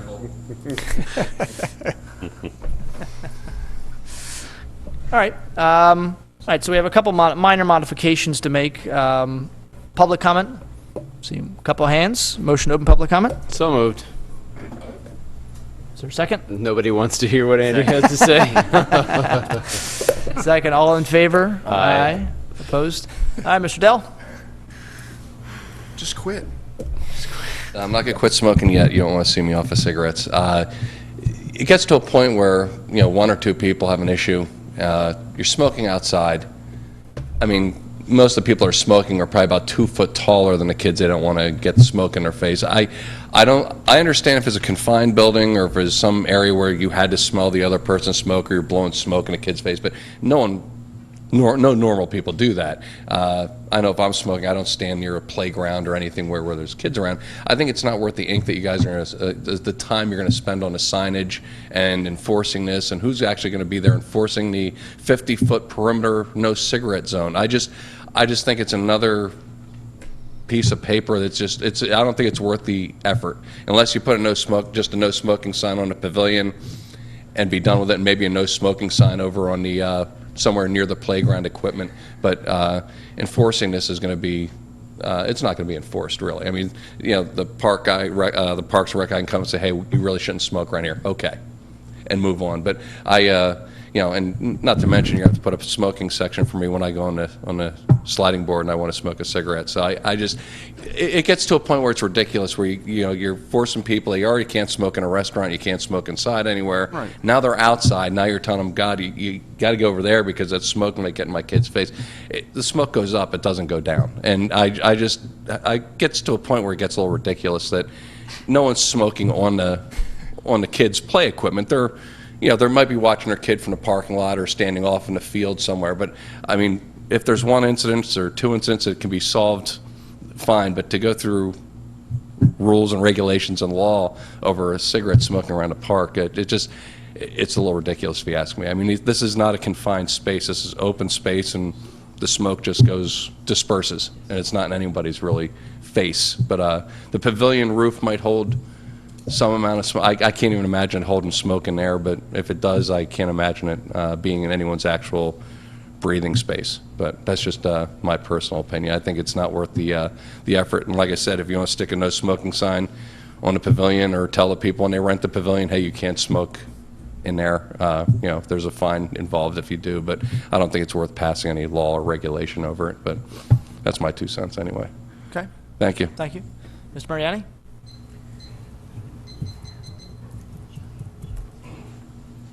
I think rather than pass an ordinance with a fine and everything else, why don't we try just putting no smoking signs up in the playgrounds, in the pavilions, and places where we don't want people to smoke? And let's do that before we pass an ordinance. And I think after a while, people begin to accept that. Oh, it says no smoking, I won't smoke here, and so on and so forth, rather than try to get into something like this. Just let's put some signs up, and most people will cooperate with that without having to have an ordinance or a fine behind it. I would like to try that first. And I agree with you. Largely the same point Mr. Dell's bringing up. The problem is, though, that we can't enforce that unless we pass an ordinance that says that it's actually something. Well, You will. But, well, and, you know, unfortunately, yeah, as we all know, laws are made for the minority, unfortunately. You know, it's the minority people that commit crimes. It's the minority people that, you know, do all the things that we have to pass laws for. The vast majority of people, you know, live lives where they don't really break, you know, they might speed or something like that, but otherwise, you know, they're 5 miles over the speeding limit or something like that. Or in Mr. Dell's case, 50 miles an hour over the speed limit. But, you know. From his dumping landscape. It's actually gotten to the point where instead of non-smoking, there's smoking sections. Right. I mean, that's really where everything seems to be going. You assume you can't smoke unless there's a designated smoking area. I'm also involved in Little League Baseball, and we don't allow smoking at actually every field I've ever been to. There's designated smoking areas. Right. People will hang on the fence. The kid will be on third base. They'll be smoking away. The smoke does travel to the kids, so Right. people don't know any better, or they just don't care. So. Especially at a playground. I disagree with Mr. Dell completely, because if I have my kid anywhere, I don't want anybody smoking around them at all, even if the smoke's going up or you're not blowing it. It just doesn't make sense that you can smoke in the playground. Right. So. It doesn't make sense at all. And we have had an incident where brought this all up. I mean, with people having a problem at the playground specifically, smoking, and then we decided to add on the pavilion. Right. Because it only makes sense. It's where people gather. The thought Right. was, where do Thought where people gather? You know, people are going to gather at the pavilion, so therefore you're going to limit it there too. Mr. Kenny, you have a point you want to make? Yeah, you have to use the microphone. Put signs up where we want nobody smoking, saying you have to smoke in Bristol, you can't smoke here. That'll take care of The everything. whole township? Yeah, you gotta go, you can't smoke in Falls Township. Go to Bristol. No. I mean, and obviously, I'm a little biased. You know, my father died of lung cancer, and he never smoked a day in his life. Everything was secondhand smoke from him. So. The reason you got that note with something in there, she wanted to see if you were reading it. What? 50 to 300. Mr. Mariani's point is a good one. I mean, I can see the sign working at the dog park, like you said, somewhere that's enclosed, but it's tough at a playground. I mean, what do you say? You can't smoke within 50 feet of the playground. If there's just a sign there, I mean, if it's actually an ordinance and there's a sign there, that's different. The same thing with dog littering. How about if we just put on a sign that you may be asked to leave the park? For no smoking 50-foot distance. That's what we're doing. Right, that's what we're doing. Yeah, or you may be asked to leave the park. Just If it's already written, it's here. I mean, Yeah, essentially, I mean, the hard part of doing the ordinance is done. You know, Miss Gallagher's already been paid for this. I mean, it's just, yeah. you know, it's reasonable fee, well, I not think, yet. is the term Yeah, she not. used. We haven't done the bill list yet, so she hasn't been paid yet. But you know, in terms of, and I understand people's point. Let's not go through the trouble. But essentially, the vast majority of the trouble is already finished. Yeah, and this just gives us the ability to enforce Yeah, it it a may little never stricter. be enforced. At least Yeah. you know that you can. Right. So, is there a motion to close public comment? Yes, so moved. Second. All in favor? Aye. Aye. Aye. Opposed? All right, again, we're looking to authorize advertisement. We have some ideas for some corrections. Is there a motion to authorize advertisement? Yeah, I'll make the motion to authorize advertisement. Okay, motion made. Is there a second? I'll second. Second. All in favor? Aye. Aye. Opposed? Okay. All right. We're authorizing a lot of advertisements here. Next is a change to the UCC ordinance. We'll go back to Mr. Bennett for this. And so the Uniform Construction Code. What are we changing, Mr. Bennett? What's the reasoning? We're just adding a section at the end of the section where we adopted the Uniform Construction Code, indicating that a violation of the Uniform Construction Code, it just clearly spells out that it would be a $1,000 fine if there was a violation of the Uniform Construction Code, Right. of building codes. Fine now. There is a fine now. It has always been enforced at $1,000. It's always been the same, but you have to like dig through the book to find that. So this way, if we went to court and somebody brought an attorney, it's just clearly written, it's right there, it's $1,000.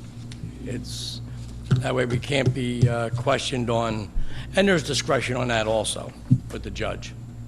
And just as an example for people, I mean, nobody really knows outside of your line of work very much about the Uniform Construction Code. What would be a violation, let's say, that you would go to the district judge and say, we have to fine this person $1,000? Somebody operating, they did all kinds of construction to a building, just decided to knock a wall out and expand their business, and they had no permits, didn't tell nobody. We take them to court, and,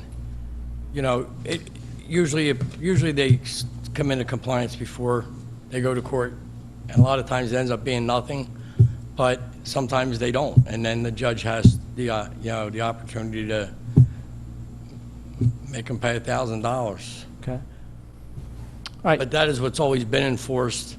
It's just you have to dig to find it, and I would just rather have it right up front. Right. It's more clear, it's more concise. All right. Comments or questions? Again, authorizing advertisement. Mr. Galloway?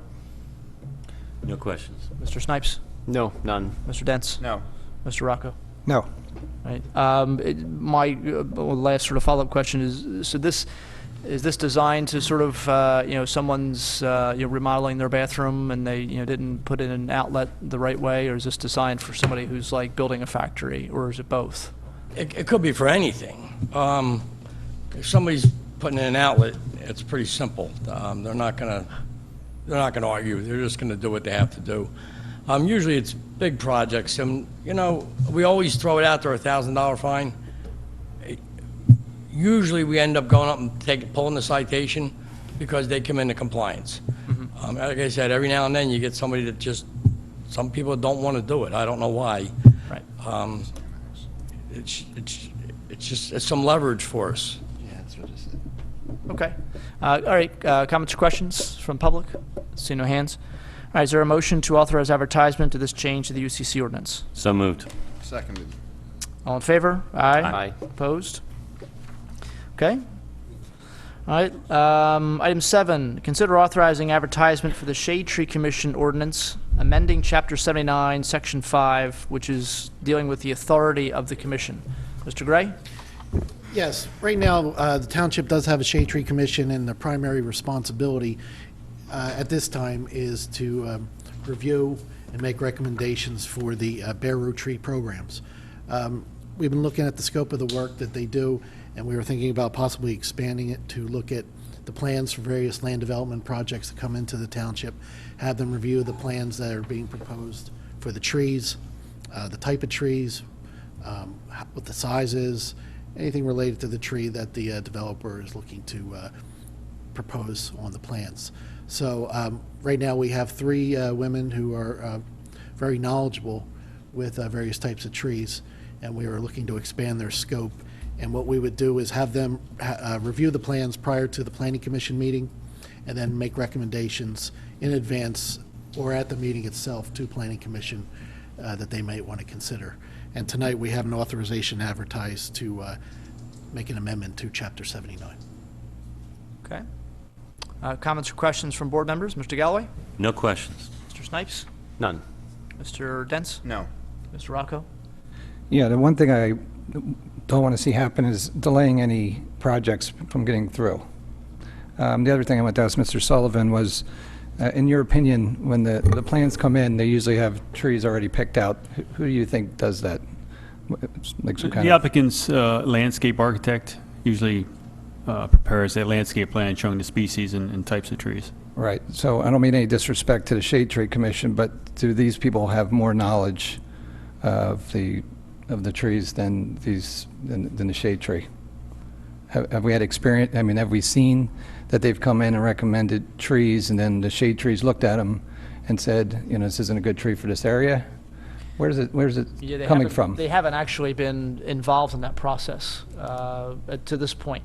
I think one of the ideas was that the people we have on this board are, as Mr. Gray said, are very knowledgeable. One, I think, is actually a certified master gardener, I think, or something.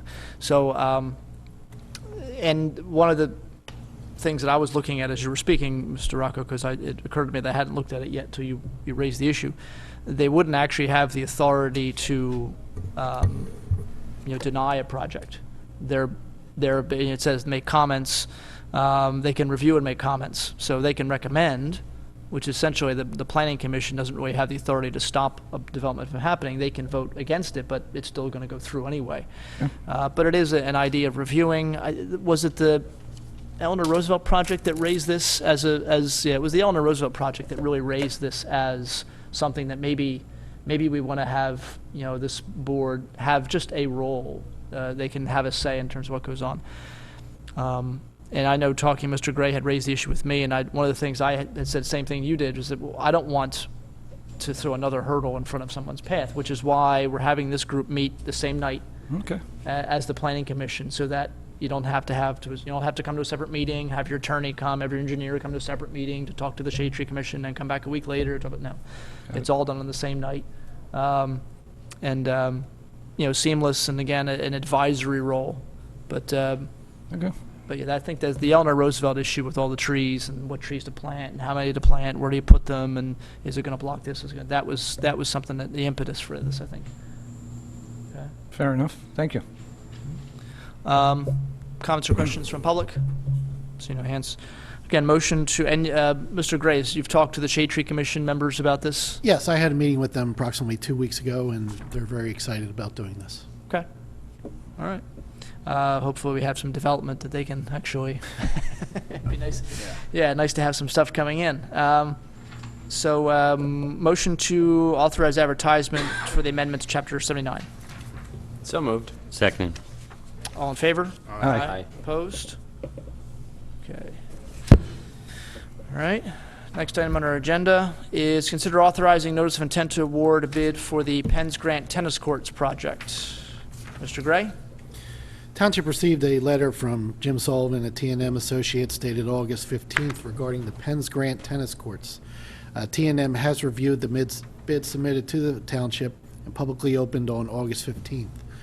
2 bids were received. The first one was Gessler Construction Company in the amount of $106,212.50. The second was General Asphalt Paving Company in the amount of $116,608.45. Based on the bid evaluation, Gessler Construction Company is the lowest responsive bidder for this project.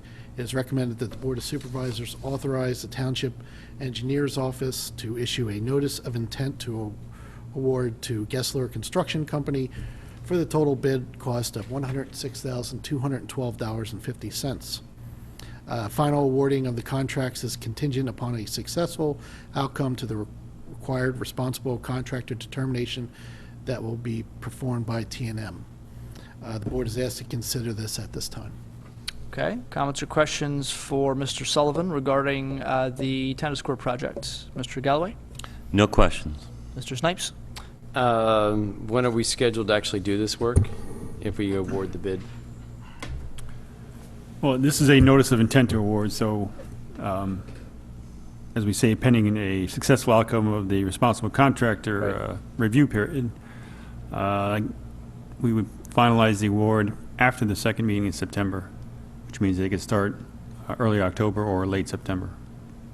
And the courts that are there now, when do we think the last resurfacing was? Do we know?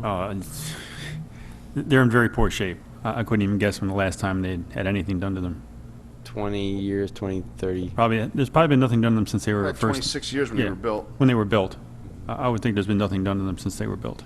So this is not saying it's good to leave them that long, but this is not an expense that's going to happen frequently anyway. No. Okay, thank you. Mr. Dents? No. Mr. Rocco? I have none. Okay. Gessler Construction, were they done anything in the township before that we're aware of? We have no experience with them in our township or for me in any other municipality. They did have a very extensive list of completed projects, many of which were tennis courts, and we're fairly certain they'll meet our responsible contractor requirements. Okay. All right. Any public comment? Question, obviously the township's responsible for maintaining them. The courts, it's like a township park like anything else. $106,212.50. Where does that come in terms of our budget for this project, Mr. Sullivan? My understanding is the budget was $120,000, so we're about $14,000 under that. 14,000 under. Okay, that's good news. Okay, if there are no more comments or questions, is there a motion to authorize notice of intent to award. So moved. Seconded. Okay, motion made and seconded. Mrs. Pullen? Mr. Galloway? Yes. Mr. Snipes? Yes. Mr. Harvey? Yes. Mr. Dents? Yes. Mr. Rocco? Yes. Okay. All right, consider finalizing the award for the 2012 road program. Okay, Mr. Gray? T&M has reviewed the Falls Township's responsible contractor policy, Chapter 146 of the Falls Township Code, as to the qualifications of General Asphalt Paving Company of Philadelphia, PA. T&M has determined that General Asphalt Paving Company has a sufficient record of reliability and experience to justify the award of a public contract in accordance with the requirements of the Falls Township Code. Therefore, T&M recommends that the township finalize the project award and project contract with General Asphalt Paving Company. Okay. And obviously, this is a company that's done work in the township for several years. They've done a lot of the roads in Falls Township. Comments or questions regarding the finalizing of the road program for Mr. Sullivan, or Mr. Gray, I guess. Mr. Galloway? No questions. Mr. Snipes? No, Mr. Chairman. Mr. Dents? None. Mr. Rocco? No. Okay, any public comment needed? I see no hands. Okay, is there a motion then to authorize the finalizing of the award for the 2012 road program to General Asphalt? So moved. Seconded. All right, motion made and seconded. All in favor? Aye. Opposed? All right, and 10, consider finalizing the award for the Falls Township Community Park soccer fields. Mr. Gray. T&M has reviewed the Falls Township responsible contractor policy, Chapter 146 of the Falls Township Code, as to the qualifications of Landmark Construction Services of Warrington, PA. T&M has determined that Landmark has a sufficient record of reliability and experience to justify the award of a public contract in accordance with the requirements of the Falls Township Code. Therefore, T&M recommends that the township finalize the project award and project contract with Landmark Construction Services, Inc. Okay. Comments or questions from board members? Mr. Galloway? No questions. Mr. Snipes? No. Mr. Dents? No.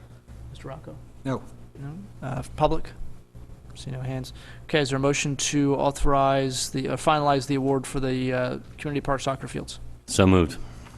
Seconded. All in favor? Aye. Opposed? Okay. Item 11 is consider a proposal for improvements to 3 arches. Mr. Gray? T&M Associates has solicited 4 contracting companies to obtain quotes for the front slate and rear brick patio reconstruction at the 3 Arches building on Trenton Road in Fairless Hills. 2 quotes were received. They are Transatlantic Building Group in the amount of $16,000 and General Asphalt Paving Company of Philadelphia, $15,285. Because this project is under the cost threshold to warrant a public bid, T&M recommends that General Asphalt Paving Company of Philadelphia be contracted to perform the work associated with this project. The board is asked to consider this project at this time. Okay. We've talked a lot about improving the front and rear walkways to 3 Arches, and obviously General Asphalt, again, a company that's done a lot of work in Falls Township we have a lot of familiarity with. Comments or questions for Mr. Sullivan regarding the work with 3 Arches and the bids that were obtained? Mr. Galloway? No questions. Mr. Snipes? No. Okay. Mr. Dents? No. Mr. Rocco? No. Any public comment needed? See no hands. I do have a question, yeah. Oh, go ahead. This is mostly around replacing the brick, the front slate and rear patio. Looks like it's pretty total reconstruction of those areas. Mm-hmm. I'm wondering when the last time, if anybody knows when the last time this was done, how old the existing slate and brick. Because I remember we did something, but I don't know how. Yeah. No, what was done was we constructed a new brick walkway in the back and did a little bit of reconstruction of the patio. This is for the entrance to the rear of 3 Arches and the path between the driveway and that portion of the patio. And also the front walkway will be completely removed and rebuilt in the same fashion that exists today. I think the bigger amount, most of the work's in the front, correct? Is it in terms of? I think most of the cost of this is the front walkway, yes. Because that's in very bad shape. And It has is. been for a while. I don't know when the last time anybody did anything that was more than just sort of, putting some bricks back because they fell out or something. I mean, in terms of sizable work, I had no idea. So the work that was done a few years ago is That was staying, different, right? Correct. but it's being extended now and another walkway is being put in, and then the front is being totally reconstructed. So I guess it's replacing the walkway that existed in the back that connected that new area to the building. Correct, to provide better handicap access to the building.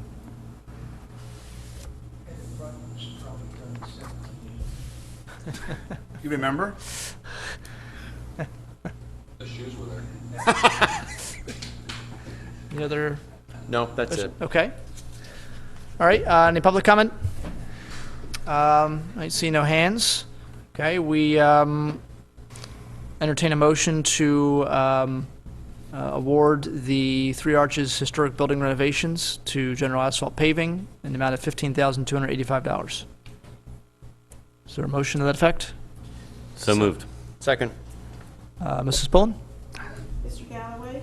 Yes. Mr. Snakes? Yes. Mr. Harvey? Yes. Mr. Dents? Yes. Mr. Rocco? Yes. Okay, on to the minutes for July 17th, 2012. Comments or questions regarding the minutes as they are presented? Mr. Galloway? No questions. Mr. Snipes? No, excellent minutes once again, Mrs. Pullen, thank you. Mr. Dents? No. Mr. Rocco? I do, I just can't bring them up right now. For the soccer field, oh, thank you. It said it was a 5-0 vote, and I voted 5-0 in favor, I voted against it. So 4-1. Yeah, 4-1. that's right. That's all I had, thank you. Okay. All right, is there a motion to accept the minutes as amended? So moved. Second. All in favor? Aye. Opposed? Okay. Engineers report. Mr. Sullivan, any highlights here? Well, hopefully some highlights. Thank you, Mr. Chairman. Once again, I'll announce that the 2011 road program is substantially complete and that the landscaping issues, growing grass between the curb and sidewalk or any other disturbed areas, is still a work in progress and probably won't look very good until sometime toward the end of September. It's just not a good time of year to be growing grass. So we just ask the residents to exercise more patience as we move along with that. The bus lane in front of the Valley Day School is complete. From all reports, they're very happy with that, and it'll get some good use very soon when school starts. 2012 road program, we're having our pre-construction meeting on September 5th and expect to start construction on September 10th. We will start with the reconstruction portion of the project. The mill and overlay will be delayed in the Fallsington section of the township until the TOFA water main project is complete. And that probably won't be till sometime in the spring, so that part of the program will be delayed until next spring. Okay. Comments or questions regarding the engineers report for Mr. Sullivan or any of the engineering projects in the township? Mr. Galloway? No questions. Mr. Snipes? No, Mr. Chairman. Mr. Dents? Last meeting, we talked about the new ball field, and I rode my bike down there the other day, and I know it's basically under construction, but it looks more like an abandoned ball field. I noticed, like, where some of the fence posts are, there's giant clumps of grass growing around them. Is that something that they're going to fix? I assume they're going to have to fix it before, I mean, are they still working down there now, or are they done waiting for the grass to grow? What exactly is going on down there? They have a lot of work that needs to be redone. There's very little good grass growth in the outfield. Most of the sod that was done in the infield has died. Yeah. That'll probably be replaced. Not there, hopefully. Not there, right. It's my understanding they went out and cleaned most of it up. There may be some still areas, like you say, clumps around the fence. The contractor is under obligation to fix all that. And that should start to look pretty good toward the end of September. He sent soil samples to Penn State to make sure that the soil is correct, or he'll add whatever needs to be added to make it grow grass a little bit better. Okay. Is there a timeline of when it's, I mean, I knew the grass is going to grow at the end of September. What about the rest of the stuff? The grass growing around the fence posts and... He'll take care of all of that at the same time. Take care of all that. Yeah, and I'm sure he'll be back in the spring to you know, tweak it and dress it up again so that we can use the field, I would hopefully in April. And we're still on schedule for that? We are. Okay, that's all I had. Mr. Rocco? I have no questions. Thank you. Okay. Mr. Chairman? Yes. I do have one question. Number 18 in your report, Mr. Sullivan, Under Township projects, or page 7, right? Page 7. Page 7, I'm sorry. The Freeman Farm lower, and it's in Lower Makefield Township, but residents on Hilltop in Falls Township were concerned about runoff that's gotten worse, or water drainage issues over the years. I went over and visited. I know there have been conversations back and forth. What's the state of that right now? They made, they being the applicant in Lower Makefield, made some changes at our request to the stormwater management and facilities on the Freeman's Farm project that should preclude any water coming from them to Falls Township. In addition, as part of our road program, we're putting in some stormwater facilities to collect anything that's running off from our side of that project, which is really from the township line toward Hilltop Howley Drive. And on our side, where would that installation be, that storm? What does it look like, and will it be in the road? We're putting inlets in the street, and we're still looking at whether we're going to put some in the yards in the more affected areas. There is a berm basically between Freeman's Farm and Falls Township. Some of the residents were concerned about groundwater. Right. We may put in some French drain type things to alleviate any groundwater problems that may crop up. Okay, thank you. Okay.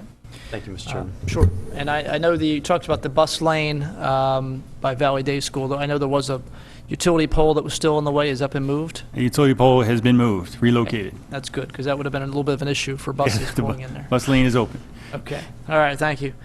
All right, is there a motion to accept the July 2012 engineering report? So moved. Second. All in favor? Aye. Aye. Opposed? Okay. And the bill list for this month, $2,735,892.75. Of that, about $1.2 million is payroll, plus another $250,000 for health insurance. Comments or questions, and also the insurance policy is another $300,000. Comments or questions regarding the bill list for Mr. Gray? Mr. Galloway? No questions. Mr. Snipes? No, sir. Mr. Dents? None. Mr. Rocco? I have none. Okay, and I have none. Public comment? See no hands. Okay, is there a motion then to pay the bills in the amount of $2,375,892.75? So moved. Seconded. All right, motion made and seconded. Mrs. Pullen? Mr. Galloway? Yes. Mr. Snipes? Yes. Mr. Harvey? Yes. Mr. Dents? Yes. Mr. Rocco? Yes. Okay. All right. Item number 15, we are going to have an executive session. We have a few labor agreements that are in negotiations, and Mr. Gray wants to give an update to board members regarding those labor negotiations. So we're going to take hopefully a relatively short recess so board members can get updated.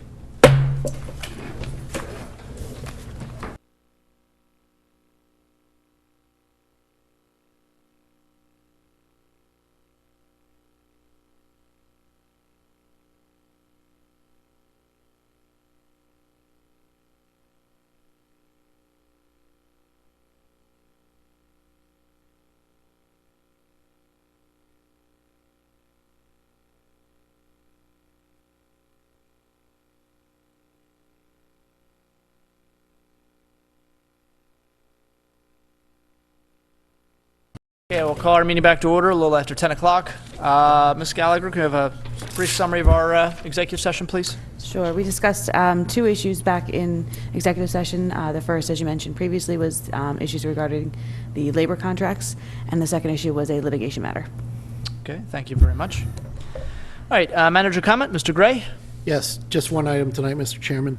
The township received a letter from Mr. Rob Gunlock from Fox Rothschild dated August 15th, requesting an extension of time on his project, Mercer Court, until December 31st, 2012. The board is asked to consider this extension on Mercer Court. Okay, and for the record, for those out in the public, Mercer Court is the proposed development, townhouses just right behind where the township building is here, where the old Brian's RV trailer business was. Probably noticed that's been cleared, and a lot of the buildings and trailers and things that were there are gone. So this is a proposed development of about 45 or so townhouses, something like that. So, all right, any comments or questions regarding this? Just pretty basic. Is there a motion to grant the extension through the end of 2012? So moved. Second. All in favor? Aye. Opposed? That's all I have. Okay. All right, board comment. We'll start, actually, you know what, I'll start this board comment. A couple things just ask board members to consider. First off, I want to thank members of the public who are here, as well as the administration and professionals for their work tonight and helping a pretty productive meeting. A lot of things we're looking to do, a lot of projects going on, a lot of changes to some of our ordinances coming up, trying to make Falls Township even better. Two issues I want to ask board members just for some consideration. I don't know if we want to make give some direction this evening. The building proposal we saw a few weeks ago, and I think I know the architects, Kimmel Bogret, are looking for a little bit of direction in terms of was there a plan that seemed better than the others? They gave us sort of 4 plans, or 4.5, I guess. Plans. Is there one we'd like them to focus on? And I know just in talking, Mr. Denson, I was just talking about, what do we do in terms of the budget that they've come up with? Obviously, they're giving a very sort of large budget because they don't know what the details are going to be yet. How do we go about kind of narrowing that down? Do we want to just give them a number? Not right this second, but we want to just give them a number and say build, a building for no more than this much. Mr. Denson and I had talked about taking a look at just sort of the things that they based their costs on, like item by item, and then just sort of, paring things down more specifically. So I'd just entertain some thoughts and some discussion now, if any thoughts we have. Obviously, we can take action here. We could not take action at our previous meeting, which was not really a meeting, just a presentation. But I know they are looking for some direction, so we can give them some direction tonight, or we can put them on an agenda for September and have them come in, and we can give them real formal things, or just what's the pleasure of the board. As far as designs, I personally like the one they recommended. Opening up Lincoln Circle, the Public Works building back there. That's 4.5, I think. Yeah, right. Yeah, right. 4A or whatever. 4A. Right. Yeah. I think we absolutely should start by looking at their spreadsheet of what was requested and what they're basing their plan on. I know just talking to Mr. Kimmel, there was a few things he said, this one had this many rooms, which I felt, which is a lot we can trim just off of that. I don't know how much of a number we're going to trim, but I think starting there, this is what you want, this is what you get, and then talking to Mr. Kimmel or whoever and saying, this is the number, this is how much we're going to budget for it, you got to back into that number. Okay. That's my opinion. I mean, definitely need to look at what everyone asked for, because obviously they asked for the world, I'm sure. Yeah, and I agree. I think we have to look at the need of what they're asking for before, personally, we even look at a number. So let's say, I forget the square footage. Was it 80,000 square foot total? Let's say it was 80,000 square foot. See how they got there, and then figure out, if it's not all needed, and then say what would be the number if we came up with a more reasonable, square footage. And I also like the 4A Okay. with the Public Works in the back. Okay. Other thoughts, or? Yeah, I do know that when they gave us the price, that it wasn't, it's per square foot based upon the situation, if it was all totally new construction and whatnot. And they haven't produced the schedules yet, which is where we'll be able to, I don't know, call the shots on more on where the spending actually goes, you know? Right. But no, I agree with what you had to say, and for A, it was, right? Yeah, 4, I think the option 4 was just simply the building across, knocking this one down, building one across the entranceway. Yes. Without opening up to Lincoln Circle. 4A was doing that and opening up to Open it, Lincoln which Circle. seemed like a very, we own the land. It seemed like better access for the police department and emergency vehicles. And of course, well, there's going to be added costs, so. Yeah, he actually brought up a good point. If there was an accident out here, it's really the only way in and out. I think we're pretty close to the only way in and out, so that would give secondary access as well. Right. Right, yeah. So. Or primary. I don't necessarily know, and thinking that, maybe we should, without making a decision right this second, because obviously we haven't advertised, we're going to make a decision about this tonight in terms of choosing an option, although it sounds pretty clear which option members are interested in going. Or do we want to bring them back first meeting in September? And we can certainly give them some direction there. And I like Mr. Dentz's idea, just, taking a look at however they have it set up, spreadsheet or whatever, the square footage, and then just starting to pare things down at that point and seeing what we can do in terms of controlling costs that way. Mr. Gray, myself, Mr. Arneo, our Public Works foreman, and Chief Wilcox took a trip to Bristol Borough to see their brand-new Public Works building. I guess it was a week ago or 2 weeks ago. 2 weeks. And it was very impressive. It's brand new, just opened in June. And and I know Mr. Arneo was very impressed with it, and obviously Bristol's a third the size of Falls in terms of population, and smaller than that in terms of just physical size. But he felt very comfortable with the building that they had there in terms of a size building that he might be able to work with, maybe slightly larger, because obviously we have more equipment than they would, having the bigger department and bigger township. But something to kind of work off of in terms of figuring out square footage and those kinds of things, and the different amenities they had and how they had it set up, and it was very interesting. I thought it was definitely a worthwhile trip. But I think maybe we should have Mr. Kimmel come back, not necessarily make a presentation, but just for us to Come have a conversation. give a conversation. We can give direction at that point, and he can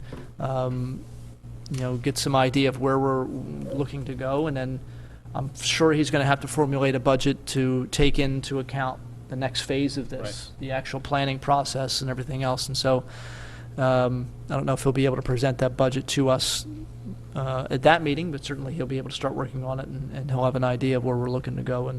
And we can ask him at that point how exactly we go about paring this down, and he might have some ideas from all the work that he's done in the past.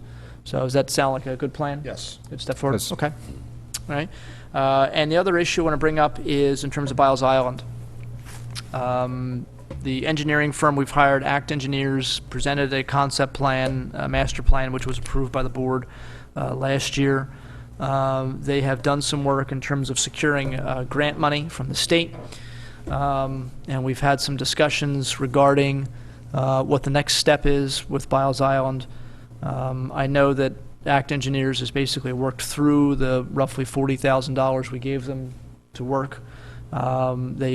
I guess have been doing some work in the past couple of weeks for free, but I think they have acknowledged that they're going to need more funding to move forward just from us, securing grants and starting to do some work on phase 1. So I know that there were some attempts made over the past few weeks to try and get board members in contact with ACT, and there was some success in there and some and lack of success as well. It's a busy time of year with vacations and that kind of thing. But there definitely are some decisions we have to make in terms of where we go next. And I don't know if that's something we want to also schedule for that first meeting in September, to have them come in and have a discussion about the money what kind of funding they need, and also some direction from us, because they definitely need some direction in terms of how to apply the grant money we have, another grant that's available for us to put in. The idea of using open space money, which we are allowed to use on a township property that we're improving for recreation, which obviously this classifies as. So is that a direction we want to go in to have them come to the next meeting, or do we? I know I tried to set up maybe some meetings, small group meetings with supervisors 2 at a time to meet with them to have some background. Yeah, I know they've contacted me, but we were up in the Poconos. Right. So would we prefer just to have them come and just? Yeah, I think so. Okay. Are we dealing with two things? One is Phase 1 and the opening of that. We had, I think, originally talked about maybe there could even be something open this year, and then beyond that, the longer term development of the entire island. Well, I think both options are there. Certainly, we've talked about opening up part of Phase 1 this year, but once we started applying for a grant, that sort of pushed back the timetable because the grant process was going to take a while. And the thought was that we could obtain some money to help us pay for some of Phase 1. So why spend the money if we can end up getting money back anyway? But I know that I know their feeling is that there could be some work done this year just for some future planning, because some of the money is used for planning and can't be used for construction. So that's something that's conversations. I'd encourage it, board members just to give some of the people from ACT a call, just to get some background in terms of where they're coming from. They have 2 calls in to me. I have to call them back. Okay. All right. Because again, I could, they're explaining it to me, and I'm trying to relay it to board members, and I may not be doing a very good job, and obviously it's easier, I think, just to get it directly from them. But let's take a look, Mr. Gray, at having them on our agenda as well for that meeting. I think that was all I had. I guess reiterating some of the things we heard earlier this evening before I turn it over to other board members regarding mosquitoes. Very simple ways to prevent mosquitoes from sort of dominating your yard. In some cases you can't because it's out of your control. A neighbor's property isn't as clean or as organized as you'd like it to be. Take a look over your own property. Simple things you miss, just water gathering in a certain place. One of the things that was interesting, and we heard earlier before the meeting started, actually, from Mr. Ottenstein, was the plastic, black sort of, drain pipes that people put on the ends of their gutters. The corrugated pipe that, kind of just you buy at Home Depot for, a couple bucks, I guess, just to get the water away from your house so it doesn't drain right next to your house. But those corrugated, pipes, the water doesn't totally drain out of. And they're like, that's like, Club Med apparently for the mosquitoes. They're having a ball in there and they're breeding like crazy, and so that's something to consider. I mean, just getting a smooth pipe or some other kind of smooth conveyance system to get that water away from your house. I used a little engineering term here, that Mr. Sullivan, conveyance system. You like that? That's correct. Thank you. Just to make sure you're awake over there. But just little things like that. And again, talking to some board members about some ways to try and fight some of the dumping that's been going on. So we're going to hopefully find some ways, and it is something that we will be fining people for if we catch them doing it, because you're hurting other people. You don't have the right to do that. So, all right, thank you. I'll turn over to Mr. Snipes. Go to you next. No comment. I'm going to head home and start dumping out any buckets of water in my backyard. So I'm ready to go. I'm ready to go. Bottle Good caps. idea. Good idea. If you have I think a blues festival coming up, right? So I mean, we want to make sure you're not inundated with mosquitoes. Mr. Dents. I have no comment tonight. Thank you. Mr. Rocco. Actually, I thought Mr. Obert made an interesting suggestion, and that was about maybe sharing some of the documents that we refer to up here. It is hard to follow. I've been in the audience, and when you're talking about certain stuff and you don't have that in front of you, it's hard to participate. So I think that's something we should possibly consider. The 210 pages from the school board, I've seen that binder. Yeah, we don't need that, but some things I think we can do a better job at sharing. You're right. No, you're right. I actually wrote that down, and Mr. Snipes actually passed me a note during the meeting too about that too. So I thank you for reminding me about that. When he was talking, my thought was the easy thing to do, of course, would be put a lot of this. Obviously, we can't put necessarily everything, but putting it online, so that you could always look on, at home, the agenda's there, but also some of the documentation. And certainly, I guess we could be photocopying some things and leaving some packets in the back. I mean, typically, we have maybe a half a dozen people at each meeting, so it might not be a bad idea just to put it back there. Well, but we'll, certainly, I think you're right. I think it was a good suggestion. So that's all I had. Good night. Mr. Galway? No comments, just wish everyone a happy and safe Labor Day. No, you're right. Yeah, happy Labor Day, everybody. Happy days for some, unhappy days for kids and teachers.